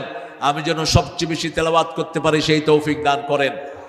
5 পারা তেলাওয়াত করবেন যারা আলেম, 5 পারা। যারা নরমাল মানুষ 1 পারা তেলাওয়াত করবেন। রাতের বেলায় শোয়ার সময় 5টা আমল করে শুইবেন। কয়টা? প্রথম ওযু করবেন। রাজি আছেন তো?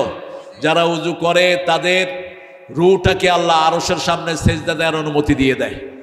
2 নাম্বার আয়াতুল কুরসি পড়বেন। 3 নাম্বার সূরা ইখলাস, নাস, ফালাক পড়বেন। 4 নাম্বার সুবহানাল্লাহ, আলহামদুলিল্লাহ, আল্লাহু আকবার পড়বেন। 5 নাম্বার ডান হাতটা গালের নিচে দিয়ে দোয়া পড়বেন, আল্লাহুম্মা বিসমিকা আমুতু ও আহইয়া। এটা পড়তে পড়তে দুরূদ পড়তে পড়তে ঘুমিয়ে পড়বেন। আরো 2টা আমল রাসূল করতেন। রাসূল বলতেন, আল্লাহ কিয়ামতের ময়দানে যেদিন সবাই রূহকে আপনি উঠাবেন, সেই দিন আমার রূহটাকে আপনি রহম করেন, মাফ করে দিয়েন। এটা উম্মতদের জন্য তিনি বলতেন।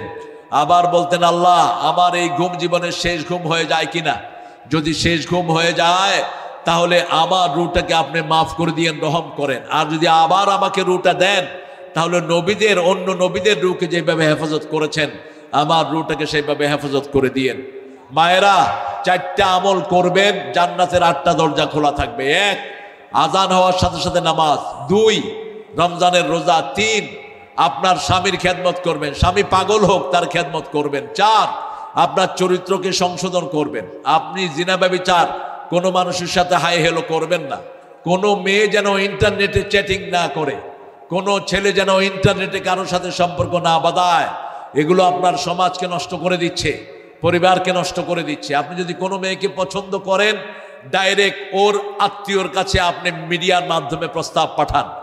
যেমন সাইয়েদনা আলী রাদিয়াল্লাহু আনহু আবু বকরের মাধ্যমে মা ফাতেমার প্রস্তাব দিয়েছেন। আপনার কাউকে ভালো লাগতেই পারে, কিন্তু আপনি গিয়ে ওই মেয়েকে বলবেন না, মাই তুঝে প্যার করতা হো, আই লাভ ইউ গুরি, more than I can say. এটা বেয়াদবি, এটা নোংরামি, এটা কখনো এইভাবে বলে না। আপনি আপনার ভালোবাসার প্রস্তাবটা পাঠিয়ে দেন। এইভাবে যদি সমাজটাকে আমরা সুন্দর করি, ও গো মা তুমি এই ধরনের শ্রেষ্ঠ নেয়ামত, তোমারই পদ তলে রয়েছে জান্নাত। এই ধরনী থাকতো গো ফুল পাখিহীন, এই ধরনী থাকতো গো মায়া মোহহীন, যদি না পেত মায়ের মায়ারি হাত, যদি না পেত মায়ের মায়ারি হাত। ও গো মা তুমি এ ধরনের শ্রেষ্ঠ নেয়ামত, তোমারই পদ তলে রয়েছে জান্নাত। কোরআনে আল্লাহ তাআলা তারই পরে মা বাপের হুকুম দিলেন, তারই তরে সদা এহসানে তরে, এহসানে তরে। তাদেরই খুশিতে যে আল্লাহর সন্তোষ, তাদেরই রাগেতে হয় রব সন্তোষ। এ ধরার রহম তারা, এ ধরার বারকাত, এ ধরার রহম তারা, এ ধরার বারকাত। ও গো মা তুমি এ ধরনের শ্রেষ্ঠ নেয়ামত, তোমারই পদ তলে রয়েছে জান্নাত। মা মা মা মা লিখতে এম লাগে, কি লাগে? মুসলমান হইতে কি লাগে? মসজিদ লিখতে কি লাগে? মক্কা লিখতে কি লাগে? মায়া লিখতে কি লাগে? এম লাগে। মা, মায়ের কাছে থাকবেন। মায়ের খেদমত কয় গুণ? পেটে ধারণ করেছেন মা, সন্তান প্রসব করার কষ্ট করেছেন মা, 2 বছর দুধ পান করিয়েছেন মা। এটাই সূরা লোকমানে আল্লাহ বলে দিয়েছেন। এই মাকে 3 গুণ বেশি খেদমত করবেন। কোন মেয়ের সাথে দুর্ব্যবহার করা হারাম, হারাম, হারাম। কোন স্বামী যেন স্ত্রীর সাথে চোখ রাঙিয়ে কথা না বলে। স্ত্রীর সাথে 2টা ভাবে ব্যবহার করবে। এক চোখে রহমত, আরেক চোখে থাকবে ভালোবাসা। সূরা রোমের 21 নম্বর আয়াতে আল্লাহ এটা বলছেন, ও জাআলা বাইনাকুম মুওয়াদ্দাতাও ওয়া রাহমা। বিবি হলো শান্তির জায়গা। বিবির জন্য এক চোখে রাখবা রহমত, আরেক চোখে রাখবা ভালোবাসা।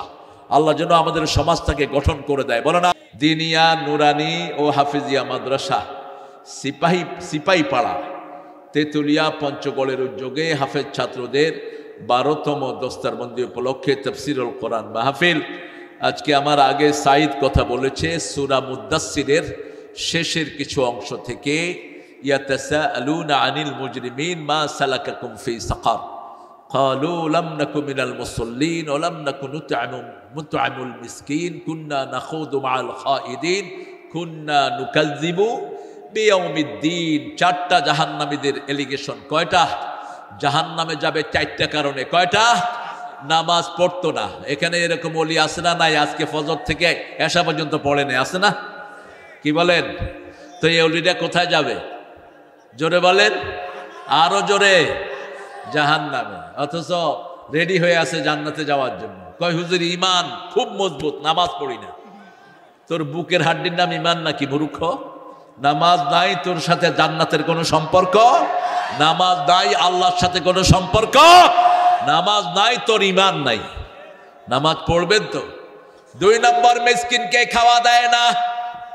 3 নম্বর, আলেম ওলামাদের সমালোচনা করে।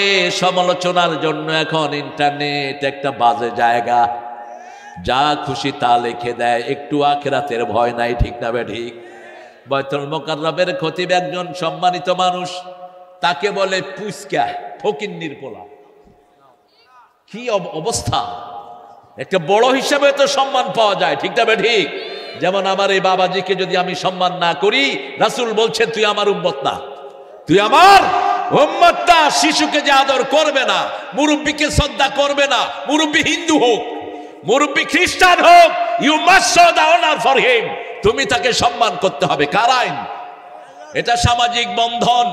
এই বন্ধন যদি কেউ রক্ষা না করে, রাসূল বলছেন সে আমার উম্মত হতে পারবে না। মান রাগিবা আন সুন্নতি ফালাইসা মিন্নি, যে আমার সুন্নতকে অস্বীকার করে সে আমাকেই অস্বীকার করে। ঠিক কি না?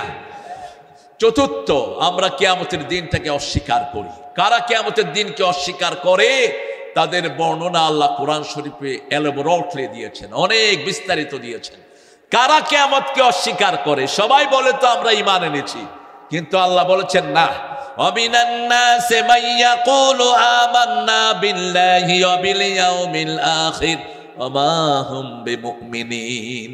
সূরা বাকারার 7 নম্বরে গিয়ে আল্লাহ বলছেন, among you there will be the people, তোমাদের মধ্যে এমন মানুষ আছে যারা দাবি করে তারা মুমিন, তারা আখিরাতে ঈমান এনেছে, আসলে তাদের ঈমানও নাই, তারা মুমিনও না। কে বলছেন?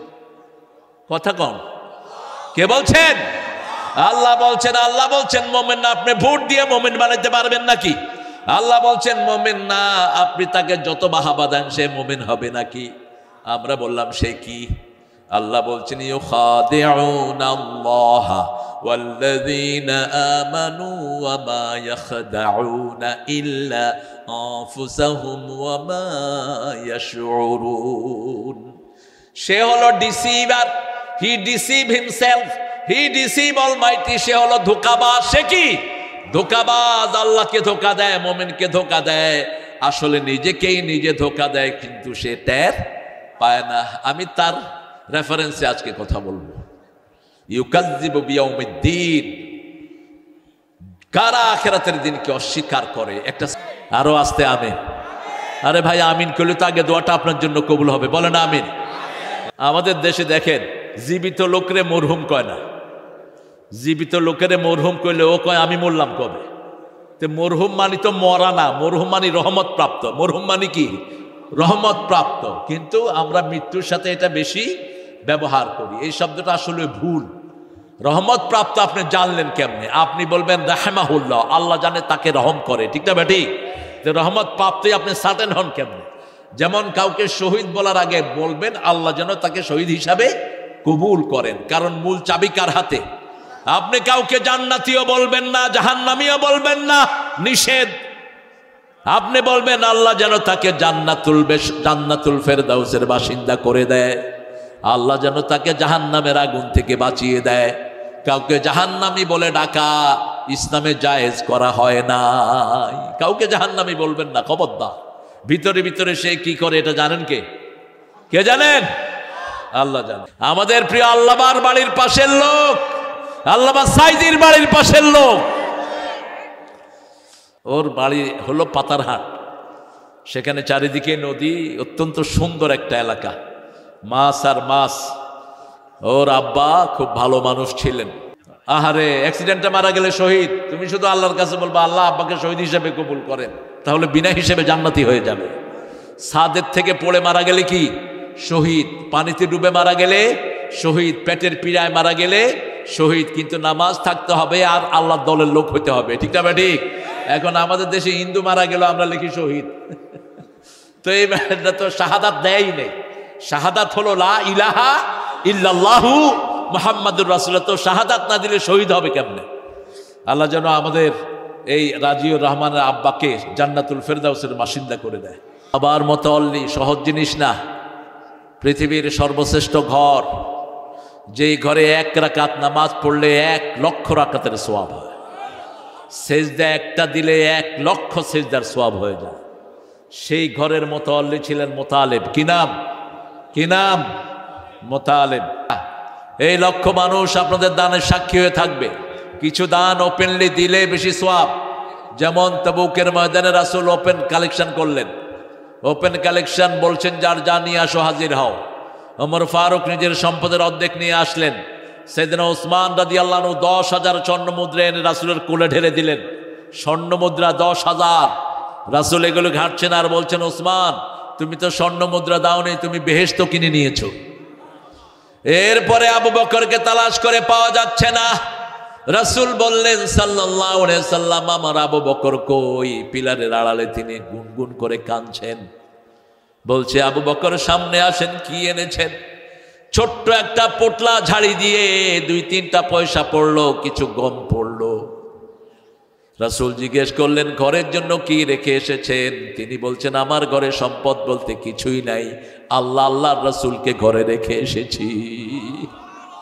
রাসূল বললেন, আজকের দিনের সর্বশ্রেষ্ঠ দান হলো আবু বকরের দান।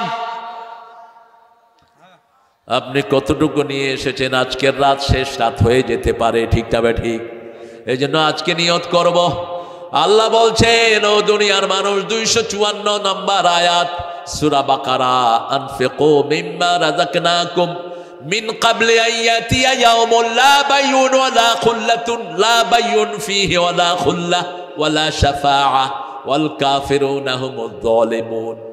মৃত্যু আসার আগে, এমন দিন আসার আগে যেই দিন কোনো দান আল্লাহ গ্রহণ করবেন না, যেই দিন কোনো সম্পর্ক টিকবে না, সেই দিন আসার আগে তোমরা আল্লাহর রাস্তায় দান করো। কাফেররা হলো সবচেয়ে জালেম, তারা দান করে না। আর মোমেনরা সব দান করে দিতে চায়, ঠিক না ঠিক?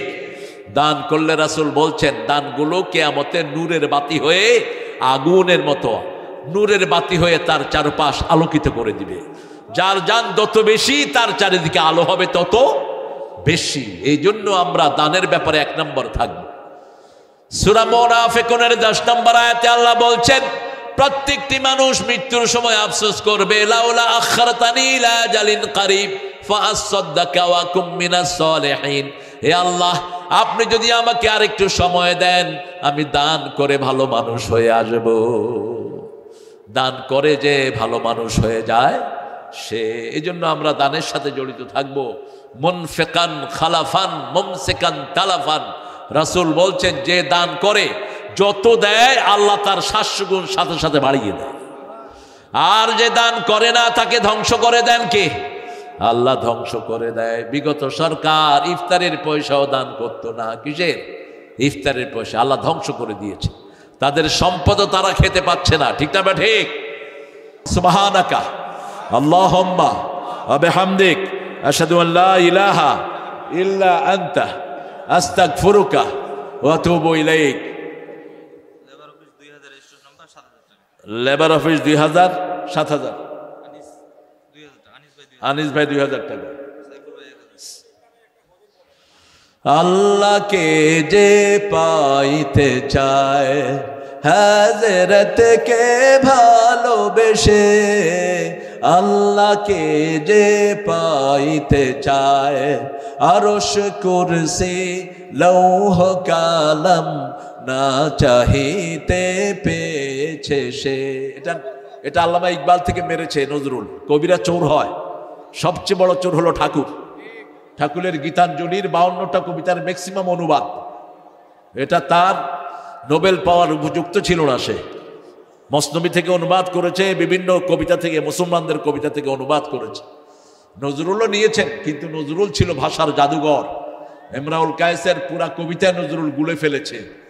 কেফা নাবকে মিন জিক্রি হাবিব, ছিল যে থা আলো হাসি ফুলদৌলো ভালোবাসি, আজি সে থা কিছু নাহি বায়ু কেঁদে যায় ফিরে, দুটি পাখি দুটি নীড়ে মাঝে নদী বহে ধীরে। পুরা নিয়েছেন ইমরাউল কায়েস থেকে। তা আমরা ইনশাআল্লাহ আগামী বছর যদি আল্লাহ তৌফিক দেয় আরো বড় আয়োজন হবে। এই বছরই তো আপনাদের মাঠে আর জায়গা নেই, আমরা সবার জন্য দোয়া করব ইনশাআল্লাহ। আর কোনো কথা আছে তোমার? হাফেজ ছাত্র নগদ 32 দিয়েছে, আরো দেবে ইনশাআল্লাহ। এই প্রতিষ্ঠান আপনাদের হাতে দিয়ে গেলাম, যে অসম্পূর্ণ কাজ আছে আমি এসে দেখব, আপনারা এটা করে দিয়েছেন। আমি সুলাইমানকে বলবো, তোমার সিএনডিএফ এর এজেন্ট যারা আছে তোমরা একটা উদ্যোগ নাও, উদ্যোগ নিয়ে এই বিল্ডিংটা তোমরা করে দাও। হ্যাঁ, যদি কেউ আমার হাতে হাতে দিয়ে যান, আমি ইনশাল্লাহ এখান থেকে ফজর পর্যন্ত এখানে দাঁড়িয়ে থাকবো, আমার হাতে 1000 করে দিয়ে দেবেন ইনশাল্লাহ। মসজিদেরই পাশে আমার কবর দিও ভাই, যেন গড়ে হতেও মুয়াজ্জিনের আযান শুনতে পাই। আমার গোরের পাশে দিয়ে ভাই নামাজিরা যাবে, পবিত্র সেই পায়ের ধ্বনি এ বান্দা শুনতে পাবে। গোরো আযাব থেকে গুনাহগার পাইবে রেহাই, মসজিদেরই পাশে আমার কবর দিও ভাই। আলহামদুলিল্লাহ বলেন। আপনারা যদি শুধু গজলের জন্য আনেন সমস্যা নাই, আমার পেটে গজল কিছু আছে, কিছু আমার নিজের লেখাও আছে, বেশি নাই, নিজের লেখা 250-300 হবে। আর আমাদের বিদ্রোহী কবি মরতে কোন শহীদি মরণ দিও আমাকে, শাহাদাত জানি শুধুই জীবন, সে জীবন দিও আমাকে, মরতেই হবে যখন, শহীদি মরণ দিও আমাকে। রোগে শোকে মরণ দিও না আমায়, বিপদে মুসিবতে নিও না আমায়, এমন মরণ দিও চোখ বুঝলেই যেন দেখি তোমাকে, মরতেই হবে যখন, শহীদি মরণ দিও আমাকে। আমাকে শহীদ করে সেই মিছিলে শামিল করে নিও, যে মিছিলের নেতা আমির হামজা খোবায়েবে খাবাব, আল্লাহর ছিল যারা অতি প্রিয়, শামিল করে নিও। ওই তো জায়েদ জান্নাতে পাখি হয়ে ঘুরে, ওই তো জায়েদ সাঁতার কাটে জান্নাতেরই নূরে, জায়েদ বিন হারেসার মতো ও গৌরব, কবুল করো এই জায়েদের জীবন মরণ সব। জায়েদ বিন হারেসার মতো ও গৌরব, কবুল করো এই জায়েদের জীবন মরণ সব।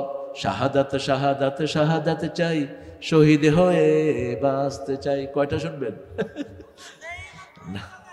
হ্যাঁ ঠিক আছে, আপনাদের ধৈর্য আছে অনেক, আমাকে রেহাই করেন, আমাকে রেহাই করেন।